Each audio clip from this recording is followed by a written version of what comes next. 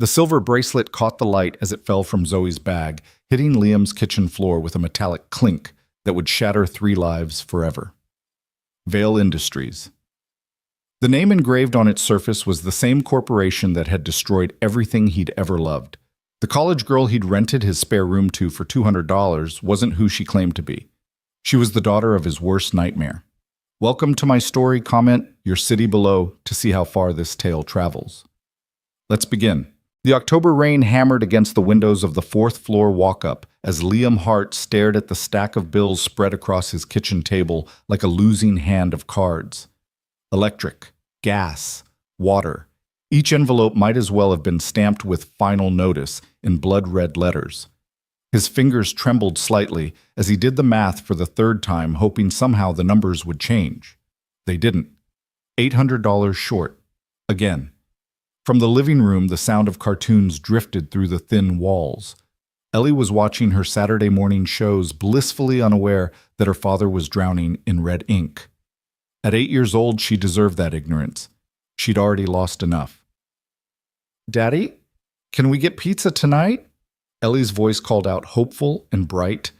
Liam closed his eyes, feeling the weight of every broken promise he'd made since Sarah died. "We'll see, sweetheart. Maybe we can make our own pizza. That could be fun, right? Homemade is better anyway." Ellie chirped back, and God, that kid could find silver linings in storm clouds.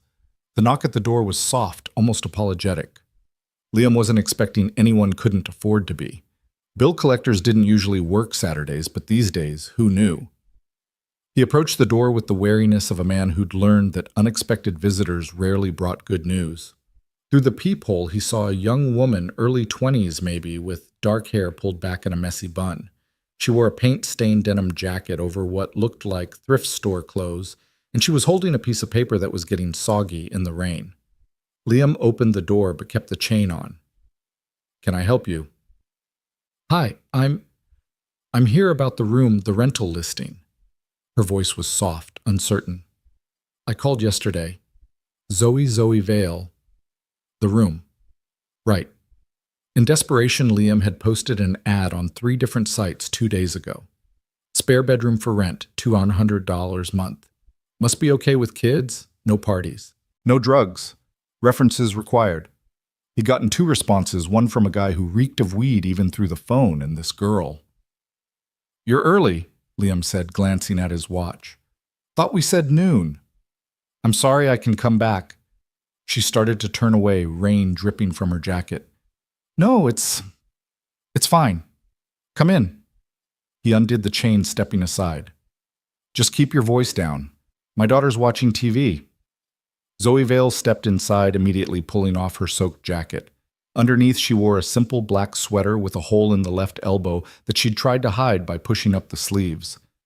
Everything about her screamed struggling college student, from the canvas bag covered in pins to the shoes that had seen better days. "Thank you," she said, and there was something in her voice, a genuine gratitude that made Liam's suspicion ease slightly. "I really appreciate you seeing me." He led her to the kitchen, gesturing for her to sit. She chose the chair facing away from the living room, as if instinctively knowing not to intrude on Ellie's space. "Coffee," Liam offered, already reaching for the pot that had been sitting since 6 a.m. "That would be amazing, actually. Black is fine." He poured 2 cups, the silence stretching between them like a tightrope.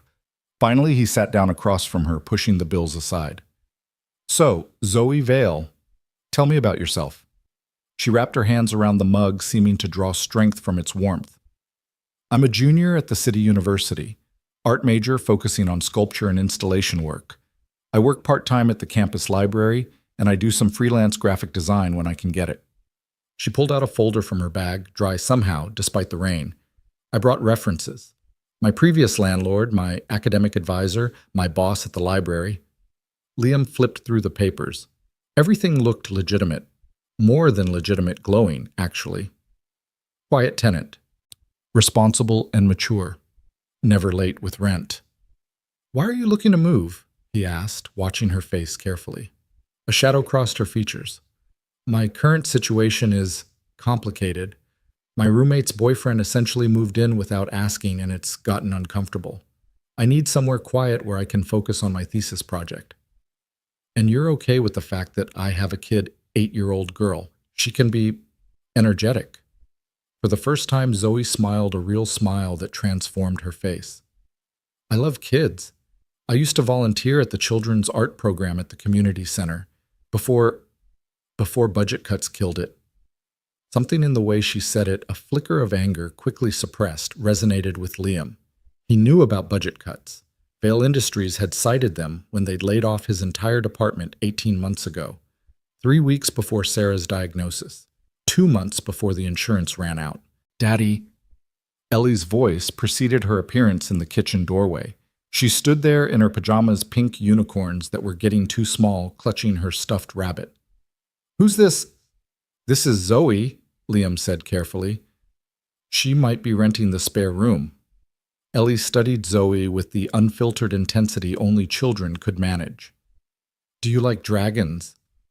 Zoe blinked clearly, not expecting the interrogation to start with mythical creatures. Yes, dragons are pretty cool.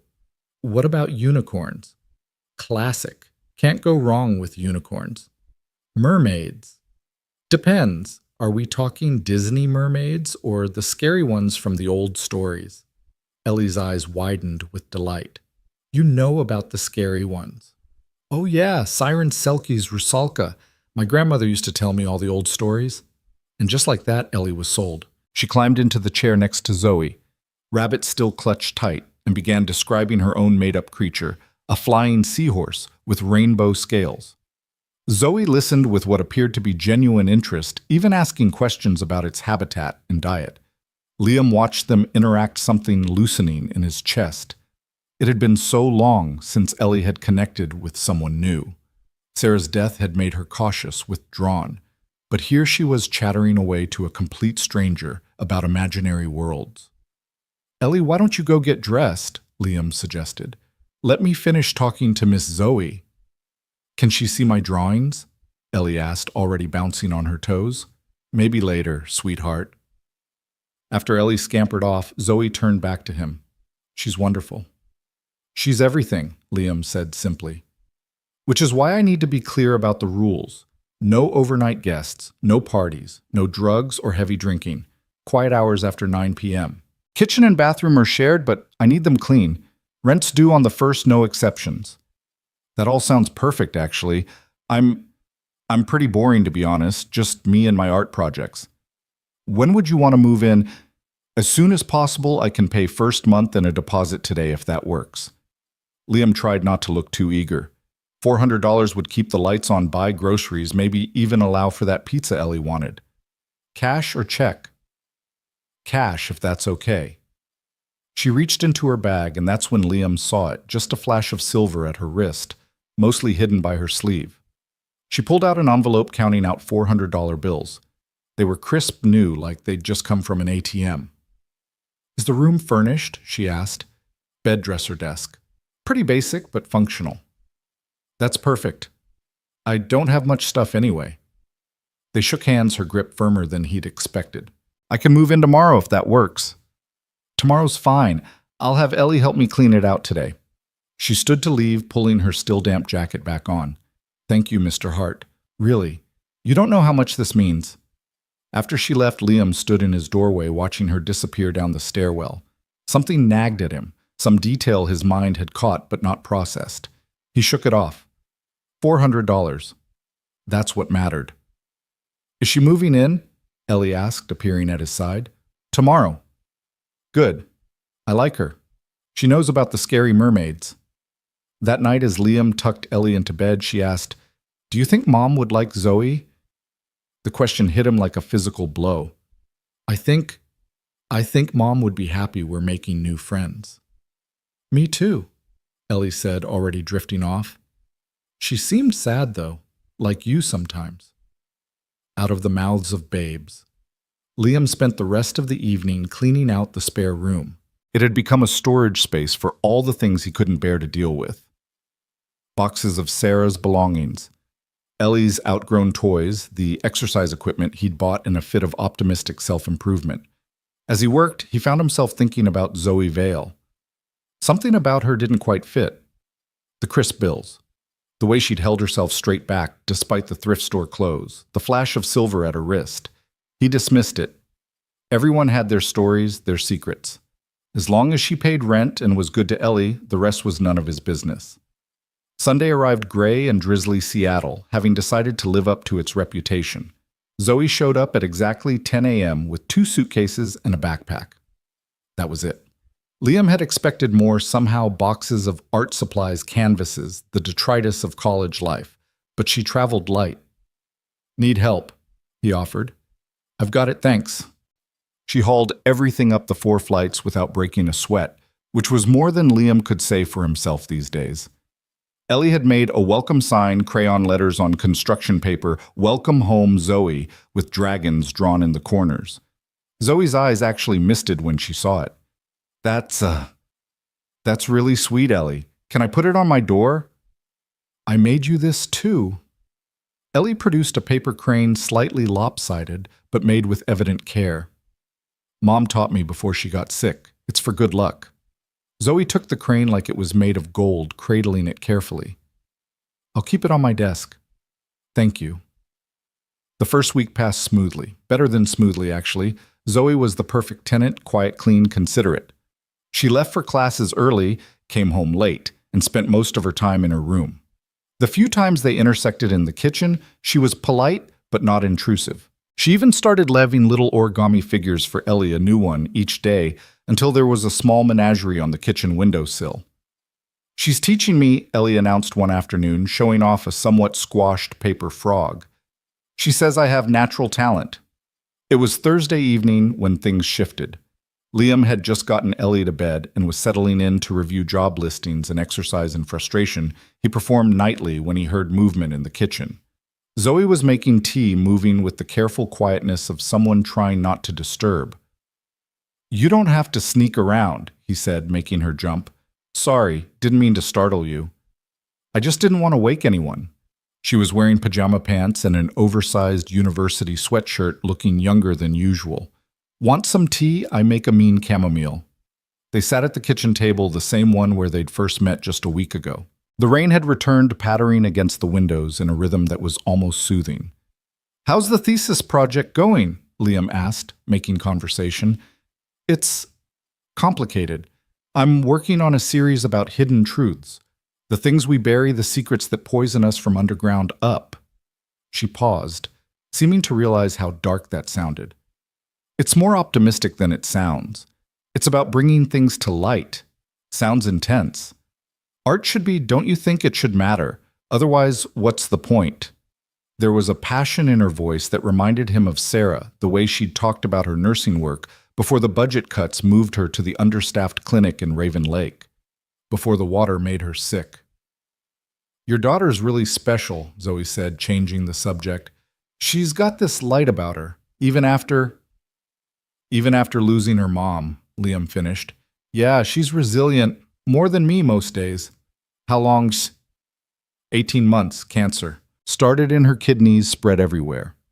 He didn't mention the water, didn't mention the class action lawsuit that was going nowhere. Didn't mention Vale Industries. "I'm sorry." "Everyone's sorry doesn't bring her back." The bitterness in his voice surprised him. "Sorry, I didn't mean..." "No, you're right. Sorry doesn't fix anything. It's just what people say when they don't know what else to say." She was staring into her tea like it held answers. "Sometimes I think the worst part about losing someone isn't the grief. It's the anger, the way it sits in your chest like a stone." Speaking from experience. "My mom, 4 years ago. Also cancer." She looked up, meeting his eyes. "Also preventable." Something in the way she said it made Liam's skin prickle. But before he could ask more, she was standing rinsing her cup in the sink. "I should get back to work. Thanks for the tea break." That night, Liam lay awake thinking about preventable deaths and hidden truths. About a young woman with sad eyes and crisp $100 bills. About coincidences that might not be. Friday brought a crisis. Liam's card was declined at the grocery store. Not just over the limit frozen. The cheerful checkout girl called a manager who called the bank, who informed them that there had been suspicious activity and the account was under review. "But I need to buy food." Liam said, aware of how pathetic he sounded. I have a kid.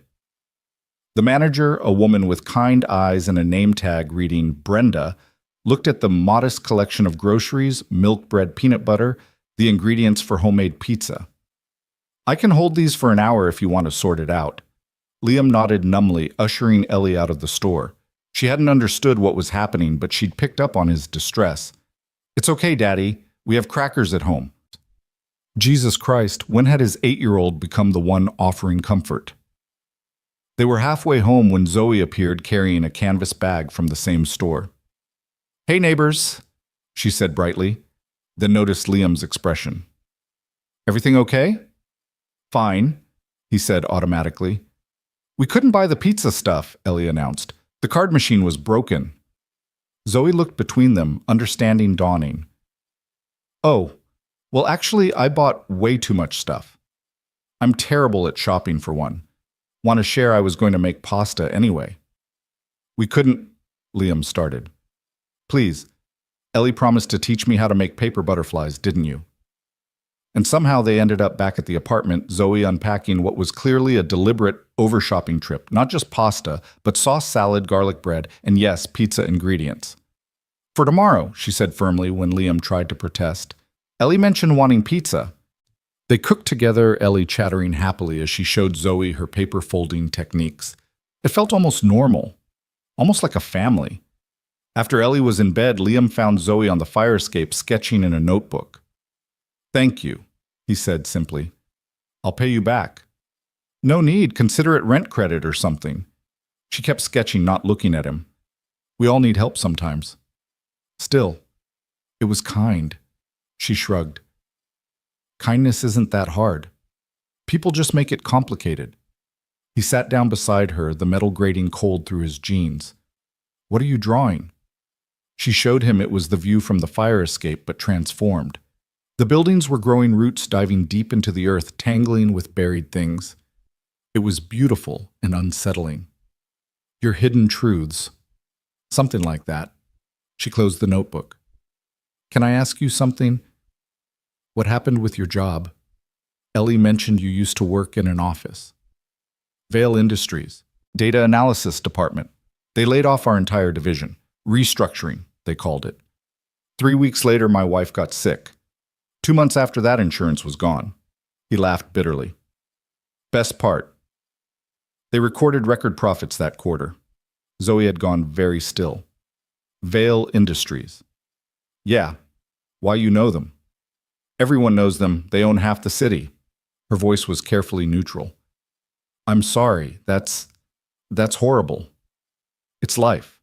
Corporations don't care about people. We're just numbers on a spreadsheet. She was quiet for a long moment. Then, my mom used to say that the truth always comes out. Sometimes it just needs help. Your mom sounds like an optimist. She was, right until the end. Zoe stood abruptly. I should go. Early class tomorrow. Saturday morning, Liam woke to find an envelope under his door. $400 in cash and a note next month's rent. Early is better than late, right? The money should have made him feel better. Instead, it made him uneasy. What college student paid rent 2 weeks early? In cash. He was pondering this when Ellie called from the living room. Daddy, come see what Zoe made. The coffee table was covered in origami creatures, but these were different from the simple cranes and frogs. These were complex, beautiful, almost architectural, and in the center, a paper sculpture of their building perfect down to the fire escape. She said it's for my birthday, Ellie exclaimed, but that's not for 3 weeks. I like to plan ahead, Zoe said from the doorway. She was dressed for class, backpack slung over one shoulder. Is that okay? It's beautiful, Liam said honestly. You didn't have to. I wanted to. Ellie's been teaching me so much, it's only fair. She knelt down to Ellie's level. I have to go to class, but later we can work on that butterfly, okay? After she left, Liam found himself staring at the paper building. It was incredibly detailed, each window, carefully cut. Each brick suggested with a fold. This wasn't the work of someone who did origami as a casual hobby. This was expertise. That afternoon, while Ellie napped, Liam did something he wasn't proud of. He Googled Zoe Vale. Nothing. No social media, no university listings, no art shows. It was like she didn't exist online.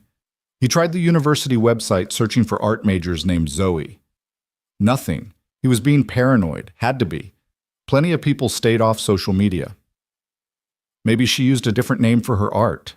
Maybe Daddy? Ellie stood in the hallway, rubbing sleepy eyes. Can we make the pizza now?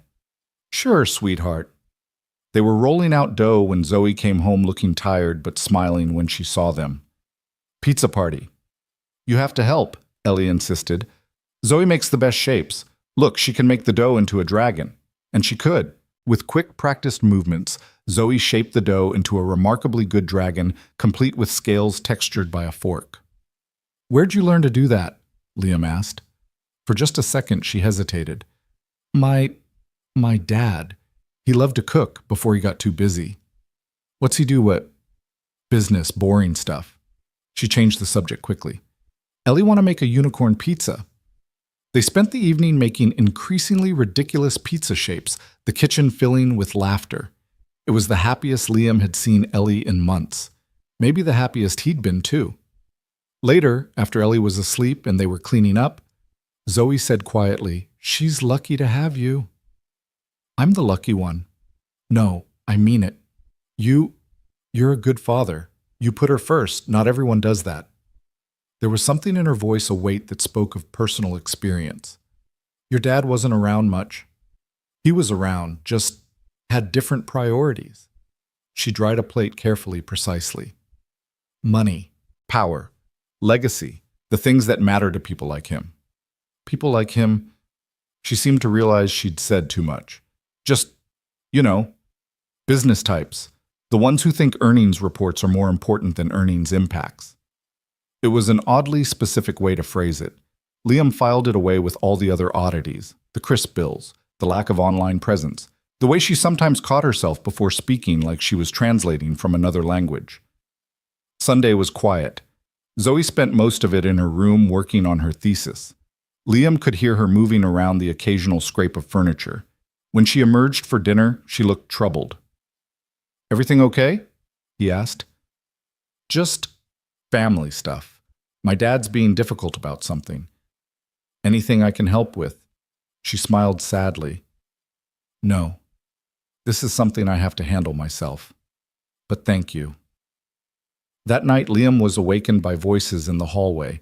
He crept to the door, peering through the peephole. Zoe was standing by the stairwell, talking on her phone.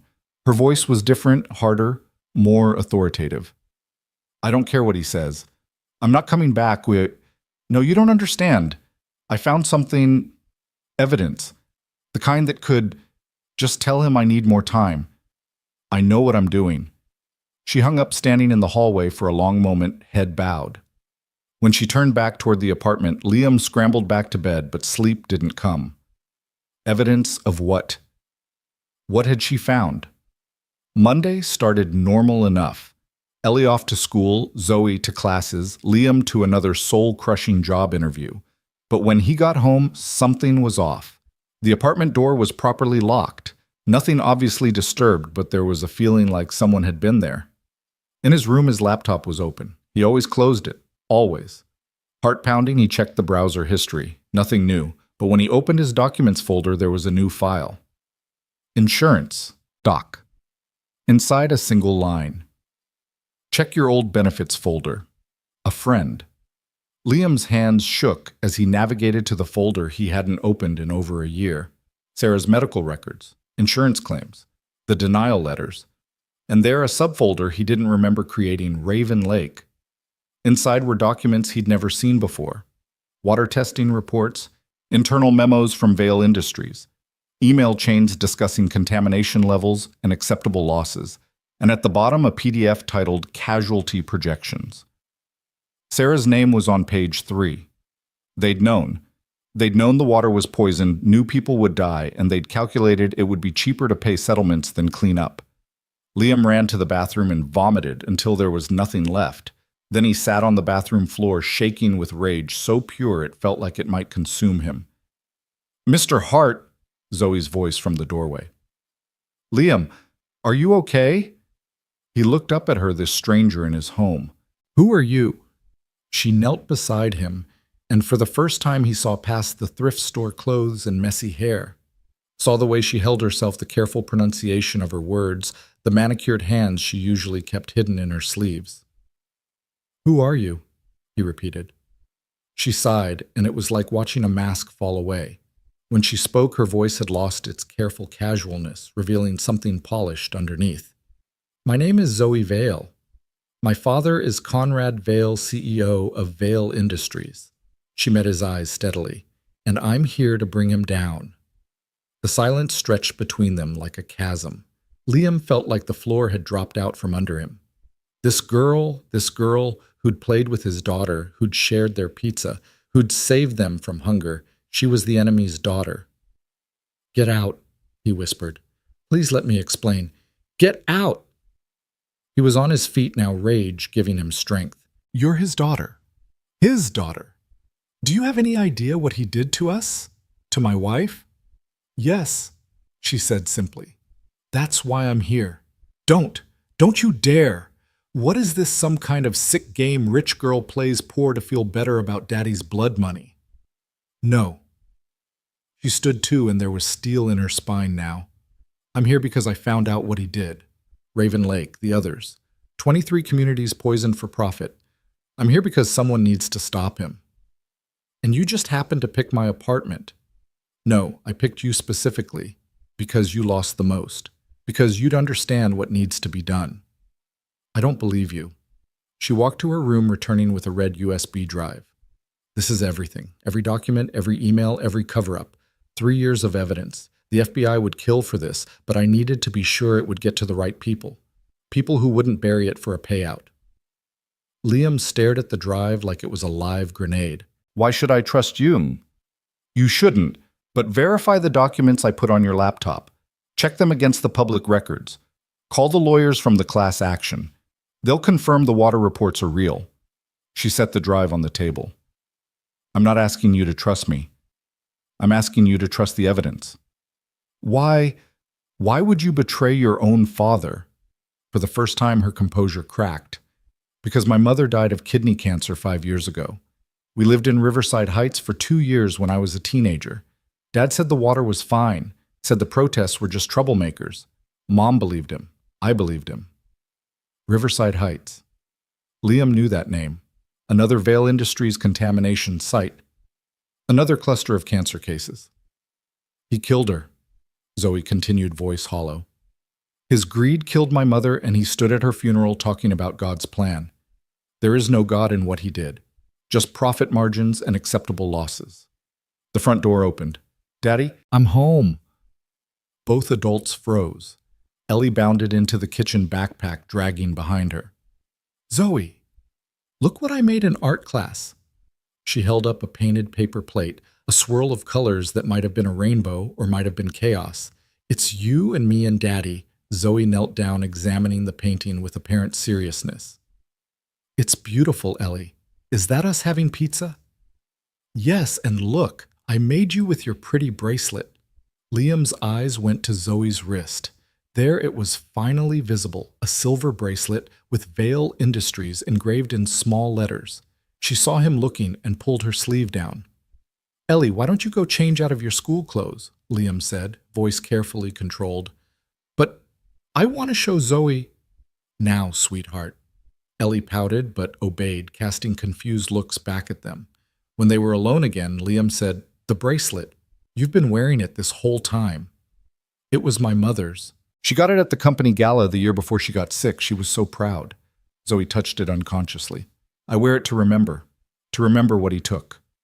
I need time to think, to verify this. I understand. But Liam, we don't have much time. He knows I have the drive. He's looking for me. That's why I've been staying off the grid paying cash, but he'll find me eventually. He always does. Then why not just go to the FBI now? Because without the right pressure, without public attention, it'll get buried. A fine maybe, a slap on the wrist, no jail time, no real justice. She met his eyes.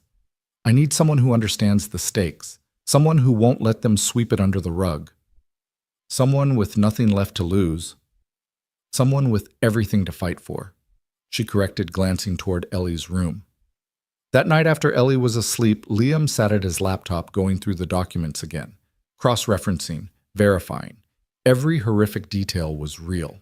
The cancer rates, the cover-ups, the decisions to keep polluting because cleanup would affect quarterly projections. Sarah's name appeared 17 times across various documents. A statistic, an acceptable loss. He was so absorbed that he almost missed the soft knock on his door. Zoe stood there looking younger than ever in oversized pajamas. "I'm sorry," she said, "for the deception, for everything my family did. I know it doesn't mean anything, but I'm sorry." "You're right, it doesn't mean anything." She nodded, accepting the blow. "I'll leave tomorrow if you want, find somewhere else. But the drive, please, do something with it. Don't let them win." "Where would you go?"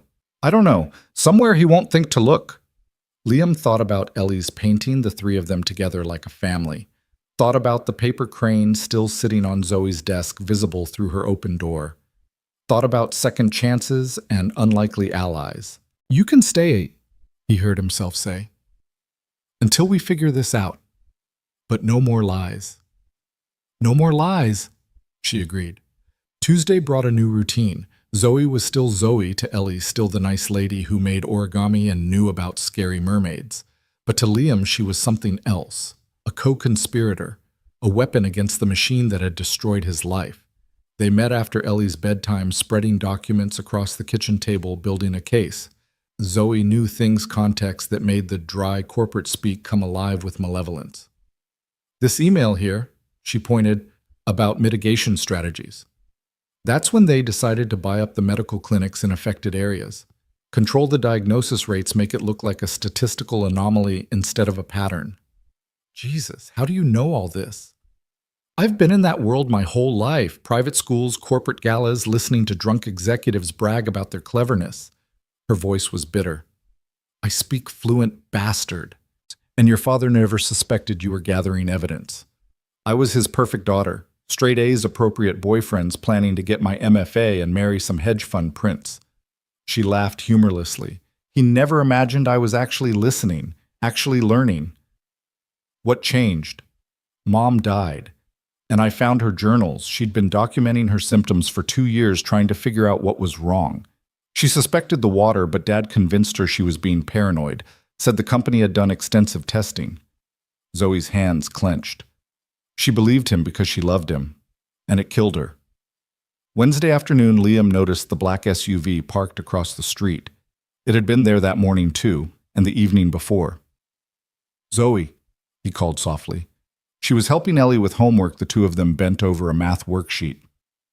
"Almost done," Ellie said. "Zoe knows a trick for remembering the times tables." "That's great, sweetheart. Zoe, can I see you for a second?" She followed him to the window, saw the SUV, and went pale. "They found me." "Who are they?"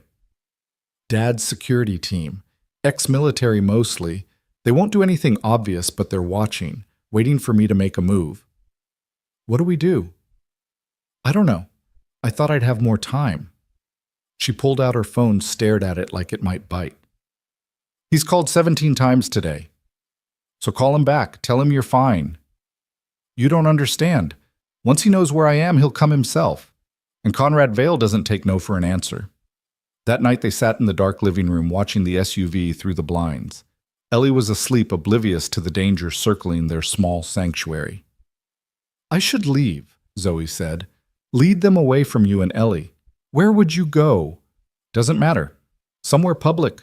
Make it harder for them to grab me." "Grab you?" "They'd kidnap you." She gave him a look that said he was being naive. "I'm a troubled young woman with a history of mental health issues. At least that's what the paperwork would say. A danger to myself, in need of immediate psychiatric intervention." "He'd have you committed." "He's done it before. My cousin tried to go to the press about some insider trading, spent 6 months in a very expensive, very private facility in Switzerland, came back properly medicated and compliant." "Christ." "The Vale family doesn't do scandals, Liam. We do solutions." The SUV's engine started. They both tensed, but it was just idling. Then the passenger door opened and a man in a dark suit stepped out. He looked directly at their window and waved. "Shit," Zoe breathed. "That's Marcus, Dad's personal fixer." The man held up a phone, pointed at it, then at Zoe. The message was clear: "Answer your phone." Her phone rang immediately. "Don't," Liam said. "I have to. If I don't, they'll come up." She answered, putting it on speaker. "Hello, Marcus." "Miss Vale." Joe, The voice was cultured, pleasant, utterly terrifying. "Your father is concerned. You haven't been attending classes." "I've been sick." "At a hotel?" "Because you haven't been at your apartment for 2 weeks." "I needed space." "Of course. Your father understands. He'd like to give you all the space you need. Perhaps at the house in the Hamptons. You always loved it there." "I'm fine where I am." "And where might that be?" Zoe looked at Liam. He nodded. "With friends." "Friends?" Marcus's tone suggested he knew exactly who these friends were. "Your father would like to meet these friends. Ensure they're appropriate company." "I'm 23 years old, Marcus. I don't need his approval for my friends." "No, but you do need his money for your tuition, your apartment, your entire life, really." The threat was velvet-wrapped, but unmistakable. "He'll be in town tomorrow. Lunch at Bernardin's, 1 o'clock. Don't disappoint him, Miss Vale." The line went dead. "I have to go," Zoe said. "No, we go to the FBI tonight, right now. With what documents that I stole from my father's private server, they'll arrest me before they even look at the evidence, and his lawyers will have it all suppressed by morning." "Then what?" She was quiet for a long moment. "I go to lunch, buy us time. Maybe I can convince him I'm having a rebellious phase. Rich girl slumming it. He might believe that. And if he doesn't, then we better have a backup plan." They stayed up until 3 a.m. copying the drive, uploading files to secure servers, creating dead man switches. If something happened to Zoe, the documents would go to every major news outlet in the country. "It's not enough," she said finally.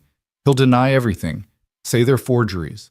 Without testimony, without a witness willing to go on record, I'll do it." "Liam, no. You don't understand what he's capable of. He'll destroy you. Take Ellie." "He already destroyed me. He already took everything." Liam's voice was steady. "I'll testify, publicly, make it impossible to ignore."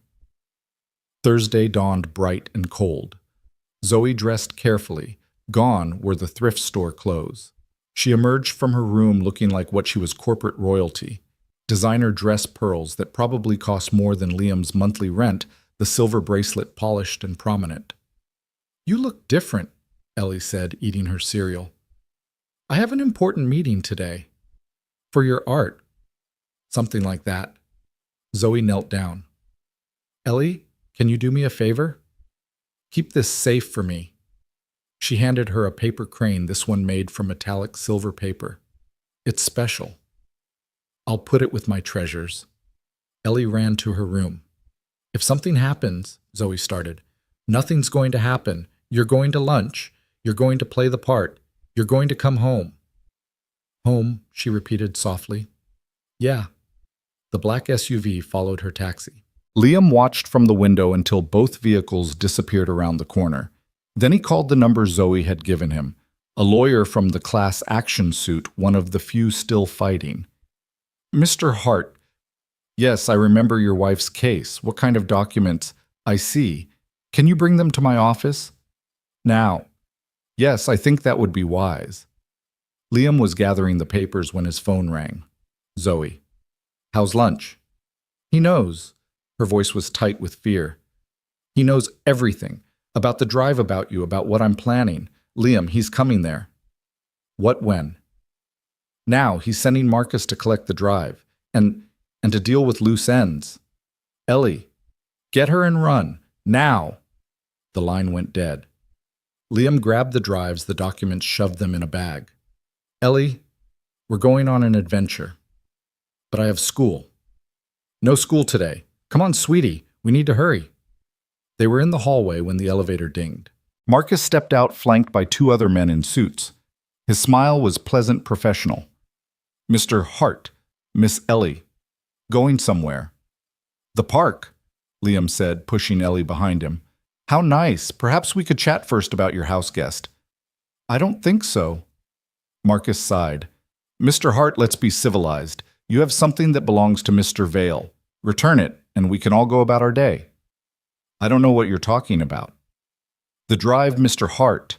The stolen proprietary information. Theft of corporate secrets is a serious crime. But Mr. Vale is willing to be lenient. The drive for your freedom. And if I don't have it, then we'll have to search your apartment thoroughly. And it would be such a shame if we found evidence of other crimes. Drug paraphernalia, perhaps, the kind of thing that might make child services question your fitness as a parent. You son of a bitch. Language, Mr. Hart. There's a child present. Marcus stepped closer. The drive. Now. Daddy!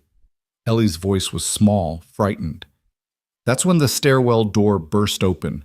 Zoe stood there, breathing hard, still in her designer dress, but her hair wild, her shoes in her hand.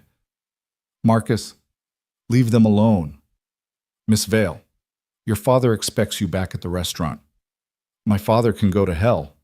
Marcus actually looked shocked. Miss Vale, I said leave them alone. This is between me and him. I have my orders, and I have this. She held up her phone, showing a recording app. Everything you just said about planting evidence, threatening a child. Think that'll play well on the evening news. You wouldn't, your father. My father killed my mother, so yes, Marcus, I would. The standoff stretched taut.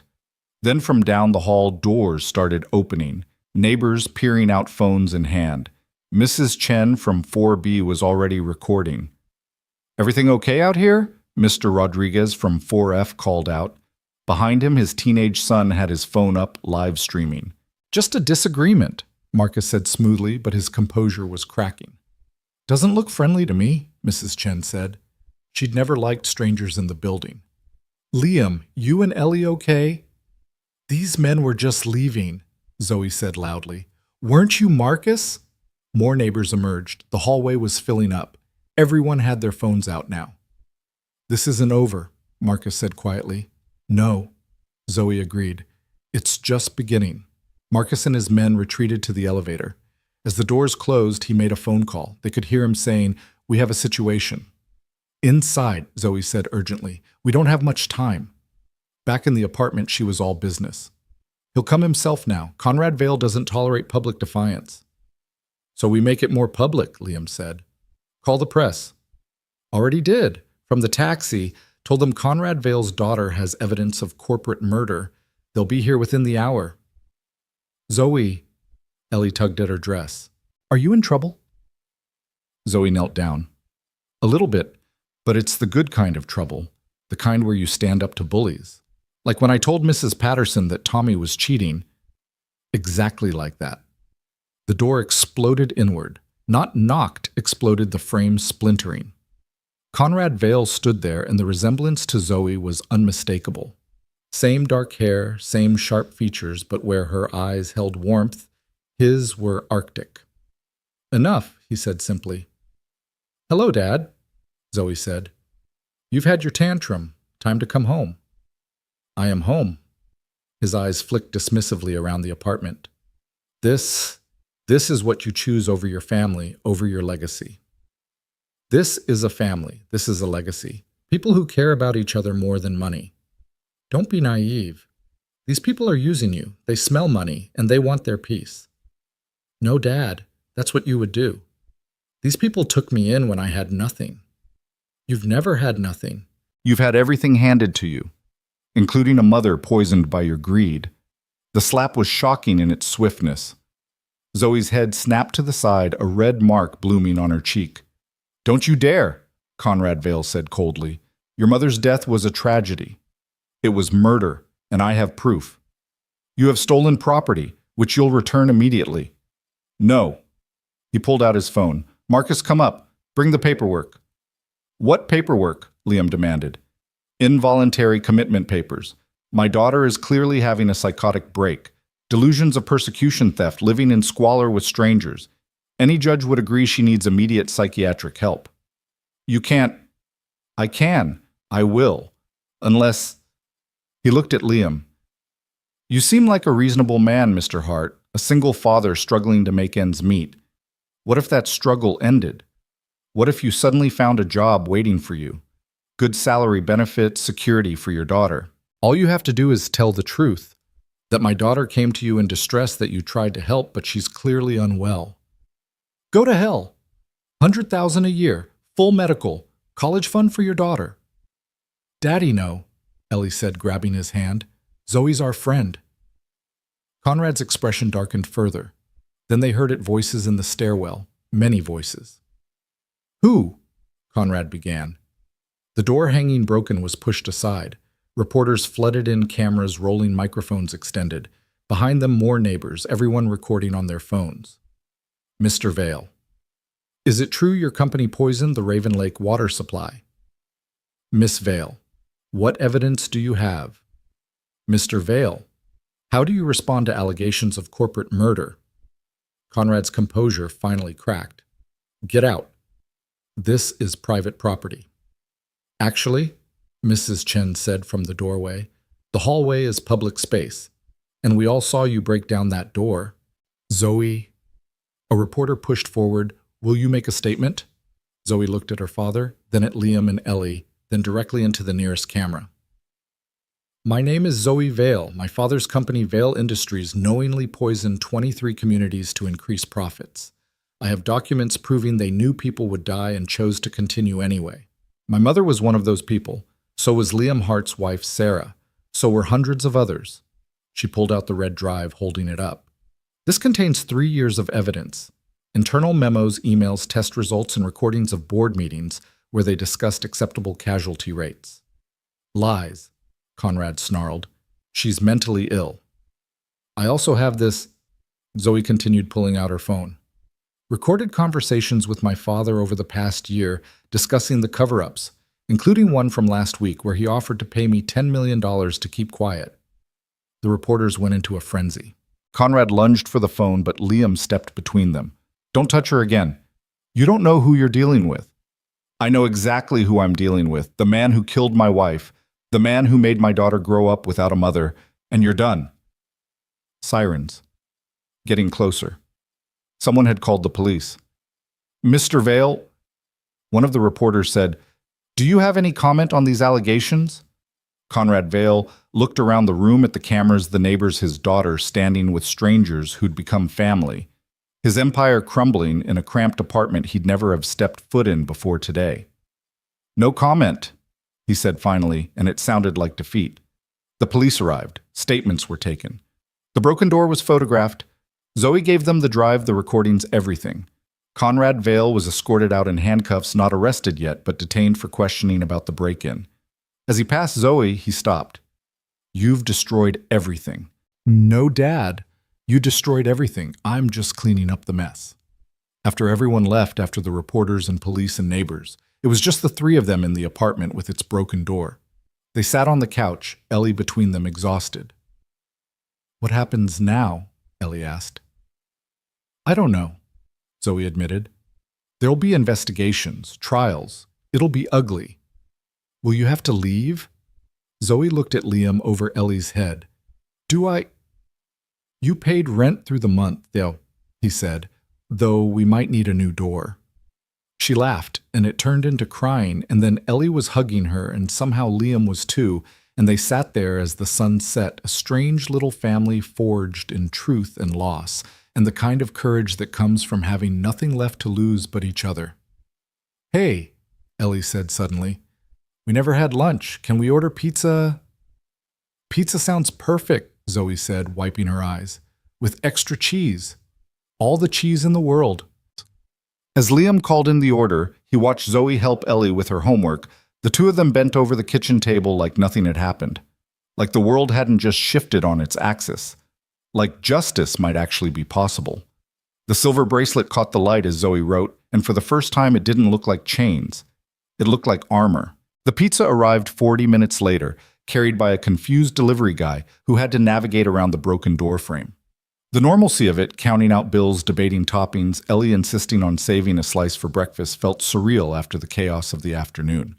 They ate in exhausted silence, the weight of what had just happened settling over them like dust after an explosion. Zoe's phone hadn't stopped buzzing. Reporters, lawyers, extended family members who'd suddenly remembered she existed. She'd turned it face down on the counter, but the vibrations created a constant, anxious hum against the formica. "You should probably answer some of those," Liam said, watching her steadfastly ignore the device. "Tomorrow," she said, pulling a pepperoni off her slice and handing it to Ellie, who collected them like treasures. "Tonight, I just want to pretend everything's normal." But normal was a luxury they couldn't afford. Within an hour, a lawyer showed up, not one of Conrad's, but someone from the FBI's white-collar crime division. She was young, sharp-eyed, and very interested in the drive Zoe had already turned over to the local police. "We'll need you to come in for a formal statement," she told Zoe, business card extended. "Tomorrow morning, if possible. We're taking this very seriously." "What about my father?" "He's been released on bail, but his passport has been confiscated. He's not going anywhere." After the lawyer left, they worked together to hang a sheet over the broken doorway, a flimsy barrier that wouldn't stop anyone determined, but at least gave the illusion of privacy. Ellie had retreated to her room, overwhelmed by the day's events, and Liam could hear her talking to her stuffed animals, explaining the situation in the simplified terms of childhood. "She's processing," Zoe said, noticing his concerned expression. "Kids are resilient." You keep saying that like you're trying to convince yourself." "Maybe I am." She was washing dishes, movements mechanical. "I never meant for it to happen like this. I had a plan. A careful, quiet plan that wouldn't have involved you and Ellie. Plans change.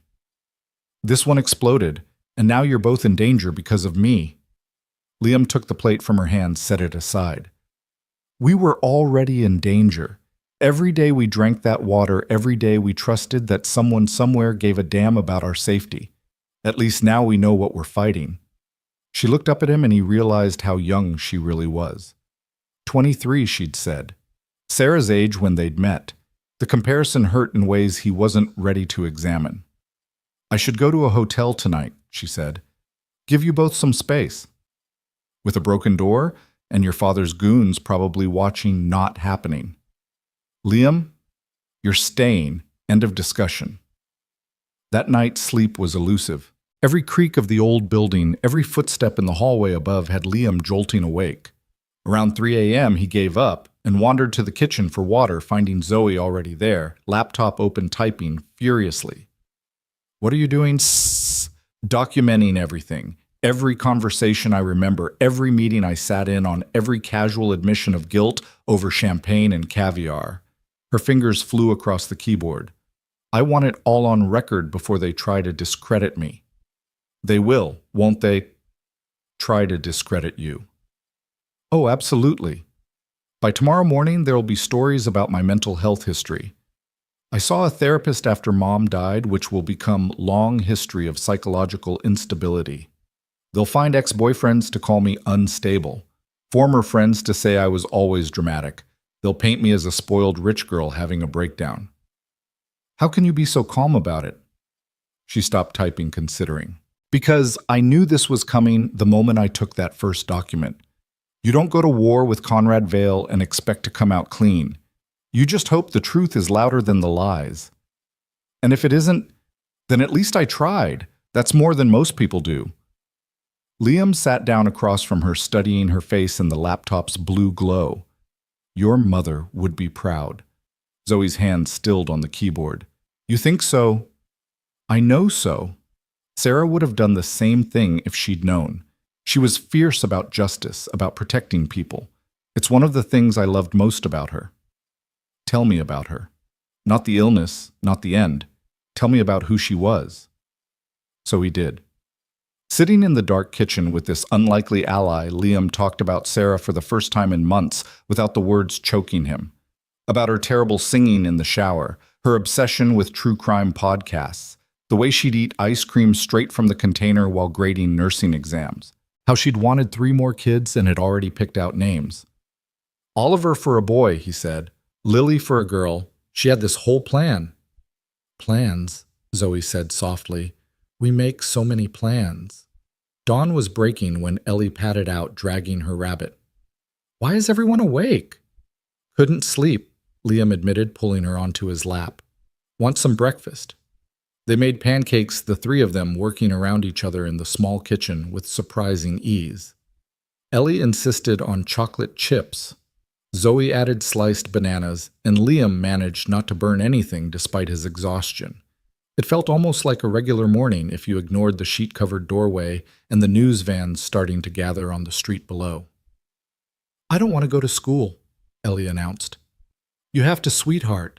Normal routine, remember. But what if the bad men come back? Zoe knelt down to Ellie's level. They won't. They're scared now because everyone's watching. Bad men like to work in the dark. We turned on all the lights. Promise? I promise. And you know what? I'll walk you to school myself. Would that help? Ellie nodded, then threw her arms around Zoe's neck. The gesture clearly surprised Zoe, who froze for a moment before carefully returning the embrace. An hour later, they walked Ellie to school together, Liam and Zoe flanking her like bodyguards. The news vans followed at a distance, cameras rolling. At the school gates, other parents stared and whispered. Ellie held her head high, Sarah's daughter through and through. Brave girl, the principal said quietly to Liam. If you need anything, any support, we're here. Walking back, Zoe's phone rang. She looked at the screen and paled.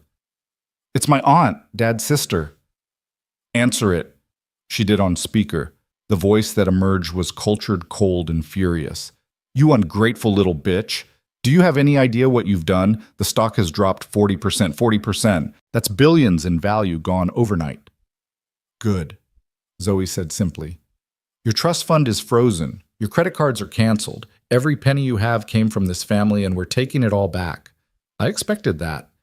You'll be nobody. Nothing. Living in squalor with whatever trash took you in. Zoe hung up. She was always pleasant at Christmas. You okay? Actually, yeah, it's liberating in a way. No more pretending to be someone I'm not. She looked at her phone. Although I should probably get a new plan. This one's on the family account. They stopped at a cell phone store where Zoe discovered that her credit cards were indeed frozen. Liam paid for a basic prepaid phone, waving off her protests. Consider it an advance on next month's rent. I can't pay next month's rent. I can't pay for anything. I have exactly $37 in cash and that's it. Then you'll owe me. We'll work it out. The FBI office was a gleaming tower downtown, all glass and steel and institutional intimidation. Zoe was whisked away immediately, leaving Liam in a waiting room that smelled like burnt coffee and fear. He spent 3 hours reading the same magazine before a different agent appeared. Mr. Hart, we'd like to speak with you as well. His interview was shorter but intense. They wanted to know about Sarah's illness, about the water, about the timeline of events. They showed him documents from Zoe's drive confirming their authenticity. By the time he left, his head was pounding and his mouth felt like sandpaper. Zoe was waiting outside, sitting on a concrete bench, looking smaller than he'd ever seen her. How'd it go? They believe me. They're opening a formal investigation. Multiple agencies, federal level. She laughed bitterly. Conrad Vale is about to learn what real power looks like. That's good, right? It's terrifying. Do you know what happens to whistleblowers in this country? Even when they're right, especially when they're right, they get destroyed. I just signed up for years of depositions, trials, death threats, and poverty. But you did the right thing. Did I? Or did I just trade one form of destruction for another? Before Liam could respond, his phone rang. Ellie's school. Mr. Hart. Mr. Hart. There's been an incident.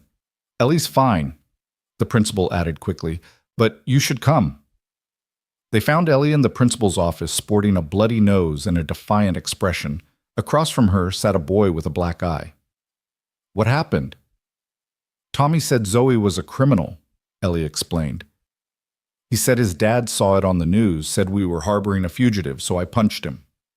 Ellie, you said to stand up to bullies. The principal sighed. Obviously, violence isn't acceptable, but given the circumstances and the provocation, we're treating this as a learning experience. Tommy has apologized for his words, and Ellie has apologized for her fists. Sorry for hitting you, Ellie muttered, but I'm not sorry for defending my family. In the car, Liam struggled between parental duty to condemn violence and pride in his daughter's loyalty. You can't hit people, Ellie. I know. Even when they're wrong. I know. But, Zoe added from the back seat, it was a pretty good punch from what I heard. Zoe, what she was defending truth and justice, very superhero of her. Ellie beamed in the rearview mirror. Back at the apartment, a man in an expensive suit was waiting by their sheet door. Liam tensed, but the man raised his hands peacefully. I'm not with Conrad. I'm actually here to help. Name's David Chen. I'm with the legal team representing the Raven Lake victims. We already have lawyers, Liam said warily. For the class action, yes. But Miss Vale is going to need her own representation, and you, Mr. Hart, might want to consider a civil suit. What Vale Industries did to your family goes beyond the class action parameters. I can't afford a lawyer. Contingency basis. I don't get paid unless you do. And with the evidence Miss Vale has provided, you're looking at significant compensation. Blood money, Liam said bitterly. Justice money, David corrected. Enough to ensure Ellie gets the education her mother would have wanted. Enough to buy a home without poisoned water. Enough to maybe finally breathe. They sat around the kitchen table, their war room now, as David laid out the legal landscape. Criminal charges were likely but would take time. Civil suits could move faster. The EPA was launching its own investigation. OSHA was involved. The SEC was looking into fraudulent disclosure. Conrad Vale is finished, David said with satisfaction. Even if he avoids jail, his reputation, his company, his legacy, it's all gone. He has very good lawyers, Zoe warned. Had. 3 firms have already dropped him. No one wants to be associated with this level of toxicity, literal and figurative. As David left promising to file paperwork immediately, Zoe's new phone rang. An unknown number. Hello. You stupid girl. Conrad's voice, but different, slurred, drunk. You've destroyed everything I built. 40 years of work. You destroyed it yourself, Dad. I just showed everyone the wreckage. Your mother would be ashamed. Mom would be alive if not for you. A pause. Then, I loved her. You loved her like you loved everything else as a possession, something to control. I gave you everything. You gave me things. Never time, never truth, never the father I needed. I should have had you committed years ago, seen the signs. What signs? Compassion, conscience, basic human decency. Weakness, just like your mother. Zoe hung up. Her hands were shaking. You okay, Ba? Liam asked. He's drunk. He never drinks. In 23 years, I've seen him have maybe 5 drinks total. People do unexpected things when their world collapses. I almost feel sorry for him. Almost. She shook her head. Then I remember the documents, the casualty projections, the decision to increase contamination because cleanup would delay a merger. That evening, the news coverage was wall-to-wall. Vale Industries stock in free fall. Former employees coming forward with their own stories. Environmental groups calling for congressional hearings. And at the center of it all, Zoe's face, the wayward daughter who brought down an empire. You're famous, Ellie said, watching the TV with fascination. Infamous, Zoe corrected. There's a difference. What's the difference? Famous is when people admire you. Infamous is when they can't decide whether to admire you or hate you. I admire you, Ellie said simply. You're brave. Or stupid.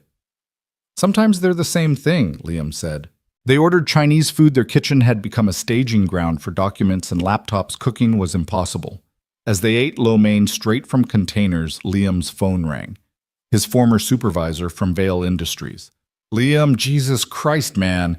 Is it true you're living with Conrad's daughter? It's complicated, Brian. Complicated. It's insane. Do you know what she's done? The entire company is imploding. Thousands of jobs gone. Those jobs were built on poisoned water and dead bodies. Come on, that's not we didn't know. Didn't we remember the Riverside Heights reports? The ones we were told to bury in the data? Silence. Then we were following orders. So were the Nazis. That's not fair. My wife is dead, Brian. That's not fair. He hung up. Zoe was watching him. You're going to lose friends over this, she said. Then they weren't really friends. It's going to get worse when the trials start, when people realize their pensions are tied to Vail Industries stock. When the layoffs hit, they'll blame us. Blame me specifically, but you by association. Let them. You say that now. My wife is dead, Liam repeated. Nothing they do can be worse than that. Later, after Ellie was asleep, they sat on the fire escape despite the cold, wrapped in blankets, watching the city lights. The news vans had finally left, but there would be more tomorrow.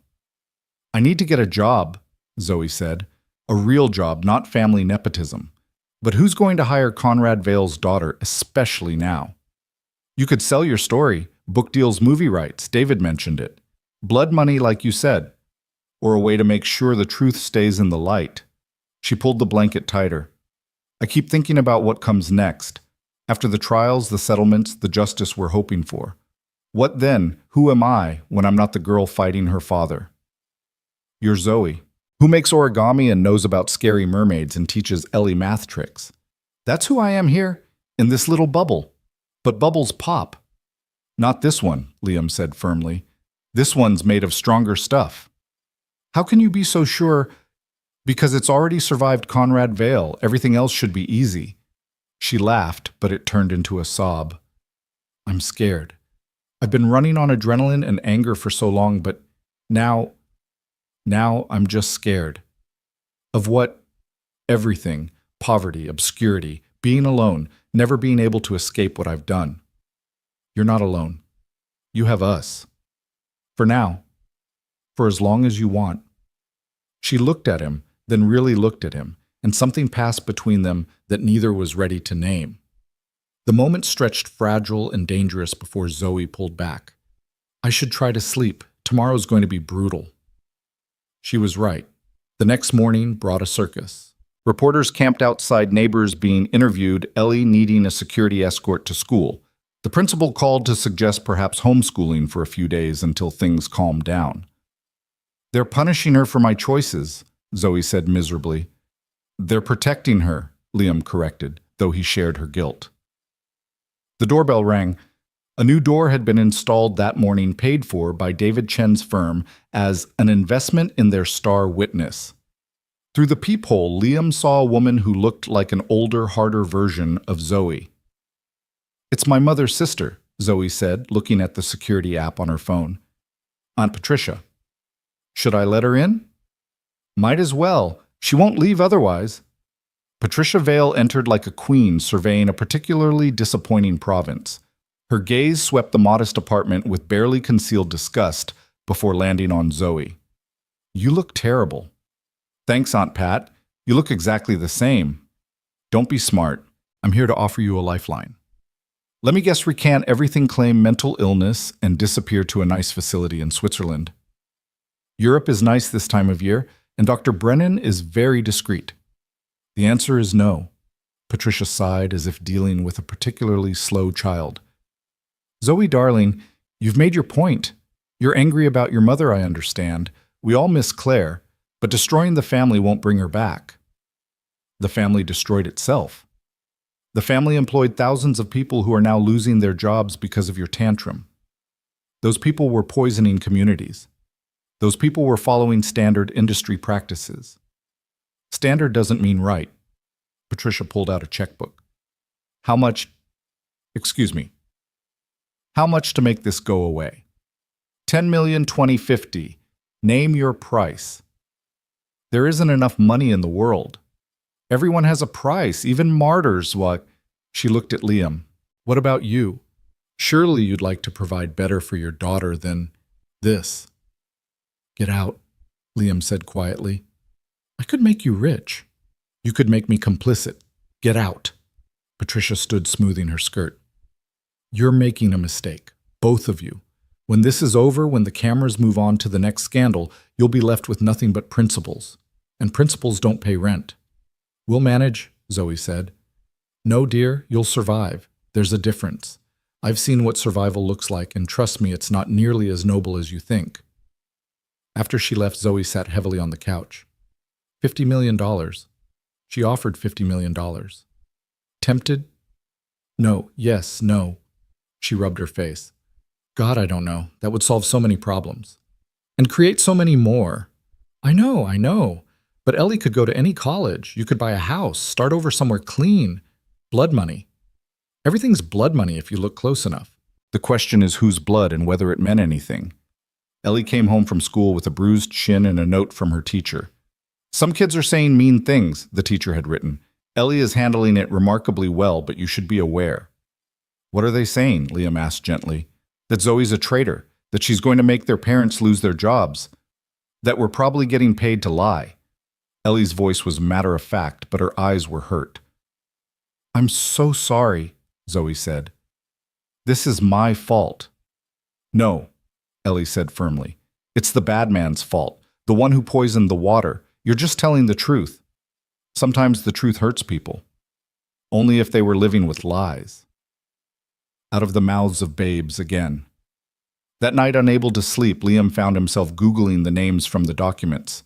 The victims. Sarah was there, of course, but so were hundreds of others. Young mothers, children, elderly people who'd lived in those communities their whole lives, never knowing their water was killing them. Maria Gonzalez, 34, kidney failure. Left behind 3 kids. Tommy Chen, no relation to David, 7, leukemia. Died 2 weeks before his 8th birthday. Robert Williams, 67, liver cancer. 40-year resident of Raven Lake. The list went on and on. Each name a life, a family destroyed, a hole in the world that money could never fill. Can't sleep either. Zoe stood in the doorway, silhouetted by the hallway light. Reading the names, trying to remember why we're doing this. May I? She sat beside him close enough that he could smell her shampoo, cheap drugstore brand, a far cry from whatever she'd used before. Oh, there's Mom. Claire Vale, 47, kidney cancer, Riverside Heights. She was so vibrant, Zoe said softly. Even at the end, kept saying she was going to beat it, that we'd go to Paris when she was better. She'd never been to Paris. Sarah wanted to see the Northern Lights. We were going to go for our 10th anniversary. How long were you married? 8 years, together for 11. He closed the laptop. Sometimes I can barely remember what she looked like healthy. The illness consumed everything at the end. I have pictures, Zoe said suddenly, of Mom before, when she was young and happy and whole. They help. Sarah hated pictures. Said the camera added 10 pounds. I have maybe a dozen from our whole marriage. That's not enough. No, it's not.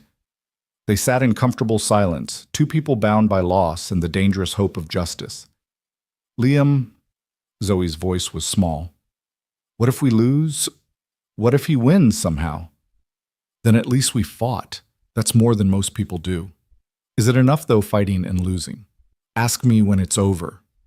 Friday brought new challenges. Ellie's school called. They were receiving threats. Nothing specific enough to act on, but enough to concern them. Perhaps a few weeks of homeschooling would be best. They're isolating her, Zoe said angrily, punishing an 8-year-old for adult crimes. Welcome to my world, Liam said bitterly. When Sarah got sick, we lost most of our friends. Nobody knows what to say to tragedy, so they just stop saying anything. That's horrible. That's human. They spent the morning turning the living room into a makeshift classroom. Zoe, it turned out, was a natural teacher making math into art and history into stories. Ellie bloomed under the attention, finally able to learn without the weight of her classmates' judgment. You're good at this, Liam observed. I wanted to be a teacher once, before I realized I was supposed to want an MFA and a trust fund husband. It's not too late. Isn't it? What school would hire Conrad Vale's daughter? One that values truth over reputation. In America, good luck finding that. David Chen arrived that afternoon with boxes of documents and a grim expression. We have a problem. Conrad's lawyers are claiming the evidence was obtained illegally. Stolen property, corporate espionage. They're moving to have it all thrown out. But people are dead, Zoe protested. That's a separate issue legally speaking. If the evidence is ruled inadmissible, the criminal case collapses. So he wins. Not necessarily, but it gets complicated. We need to establish that you had legitimate access to those documents. As a family member, as someone who witnessed crimes being discussed. Can you do that? Maybe. Some of it. I was in the room for some conversations, had access to his home office. That's a start. Make a list. Every meeting you attended, every conversation you overheard, every document you saw legally. We're going to have to rebuild this case piece by piece. They worked until midnight constructing a timeline of Zoe's legitimate knowledge. It was less than the full picture, but still damning. Conrad had been careless around his daughter, never imagining she was listening, remembering, documenting. This could work, David said finally. It's not everything, but it's enough to start. The FBI is also working on getting warrants based on your testimony. Once they can legally search Vail Industries servers, they'll find everything, Zoe finished. If Conrad hasn't destroyed it all first. The thought hadn't occurred to them. But of course, Conrad would be covering his tracks, deleting files, shredding documents. They were racing against time and a man with unlimited resources. Saturday morning brought an unexpected visitor. Marcus Conrad's fixer stood at their new door looking haggard. His usual polish was gone, replaced by stubble and wrinkled clothes. "May I come in?" "Why would we let you in?" Liam demanded. "Because I have information you need." Against his better judgment, Liam let him in. Marcus sat at their kitchen table, looking profoundly uncomfortable. "I've been with Conrad for 15 years, he began. "I've done things I'm not proud of, but I didn't sign up for murder." "You knew about the water," Zoe asked. "I knew about the cover-ups, the payoffs, the intimidation. I thought it was just business. Ugly business, but business." He pulled out a flash drive. "I kept insurance. Recordings, documents, things Conrad doesn't know I have." "Why?" "Because men like Conrad Vail eventually turn on everyone. I wanted protection." He pushed the drive across the table. "But after seeing those names, those kids, I can't be part of this anymore." "This is evidence of crimes," David said, examining the drive's contents on Liam's laptop. "You're implicating yourself." "I know. I've already talked to the FBI, made a deal. Testimony for immunity." "You're turning state's evidence." Zoe couldn't hide her surprise. "I'm trying to sleep at night. Haven't been able to since I saw the casualty reports." "Conrad will destroy you." "He's already trying.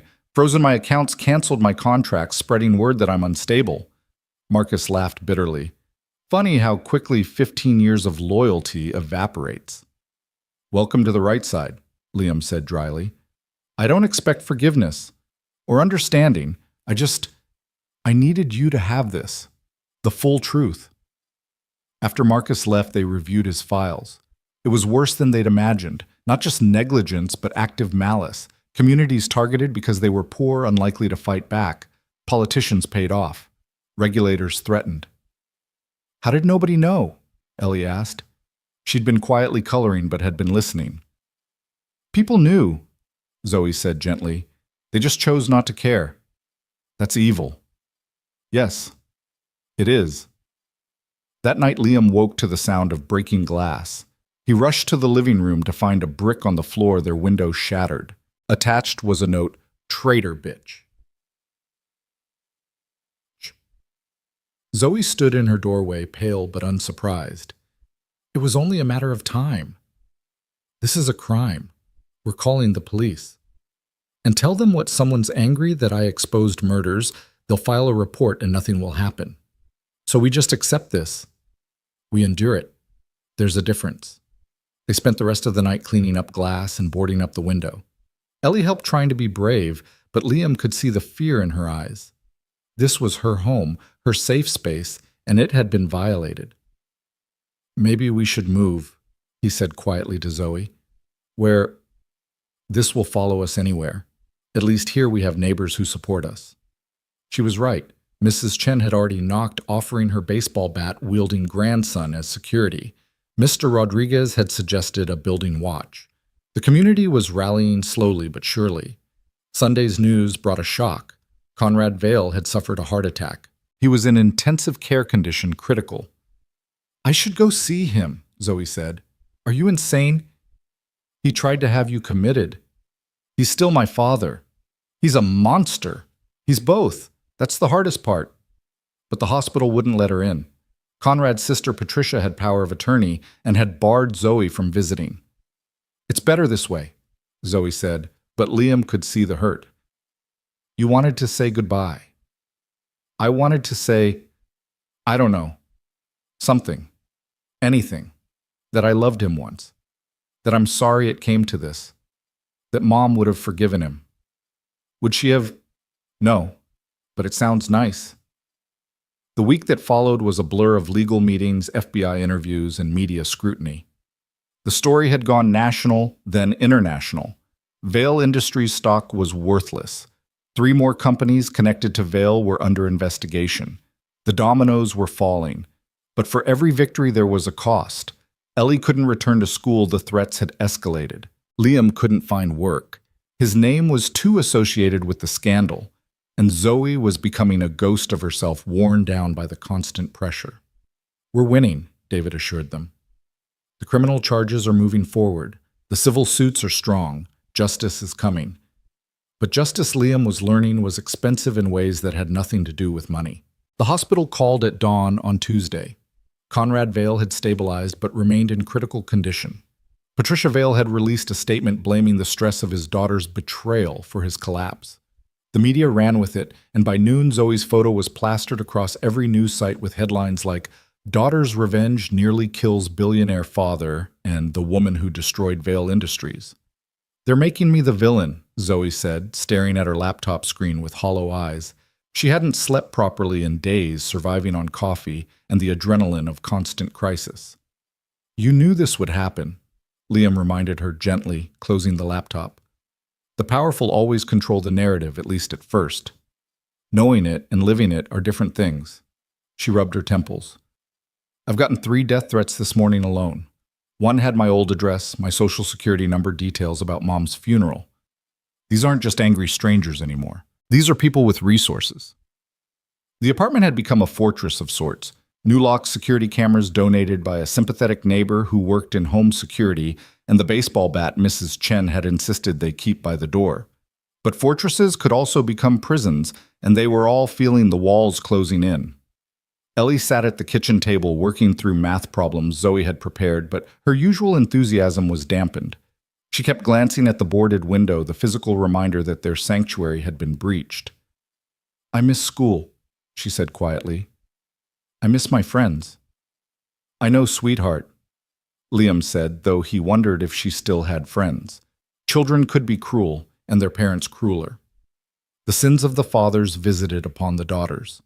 David Chen arrived just after lunch with a manila envelope and a grim expression that had become his default. "We have a problem. Actually, several problems." "Of course we do," Zoe muttered. First Vail Industries has filed a countersuit. They're claiming corporate espionage, theft of trade secrets, and intentional infliction of emotional distress leading to Conrad's heart attack. They're seeking damages of $500 million. $500 million. Liam laughed, but it was sharp bitter. "I have about $500 in my account. Good luck getting blood from this stone." "They're not expecting to collect. It's intimidation, pure and simple. Make the cost of fighting so high that you surrender." David pulled out documents. "Second problem, there's been a development with the FBI investigation.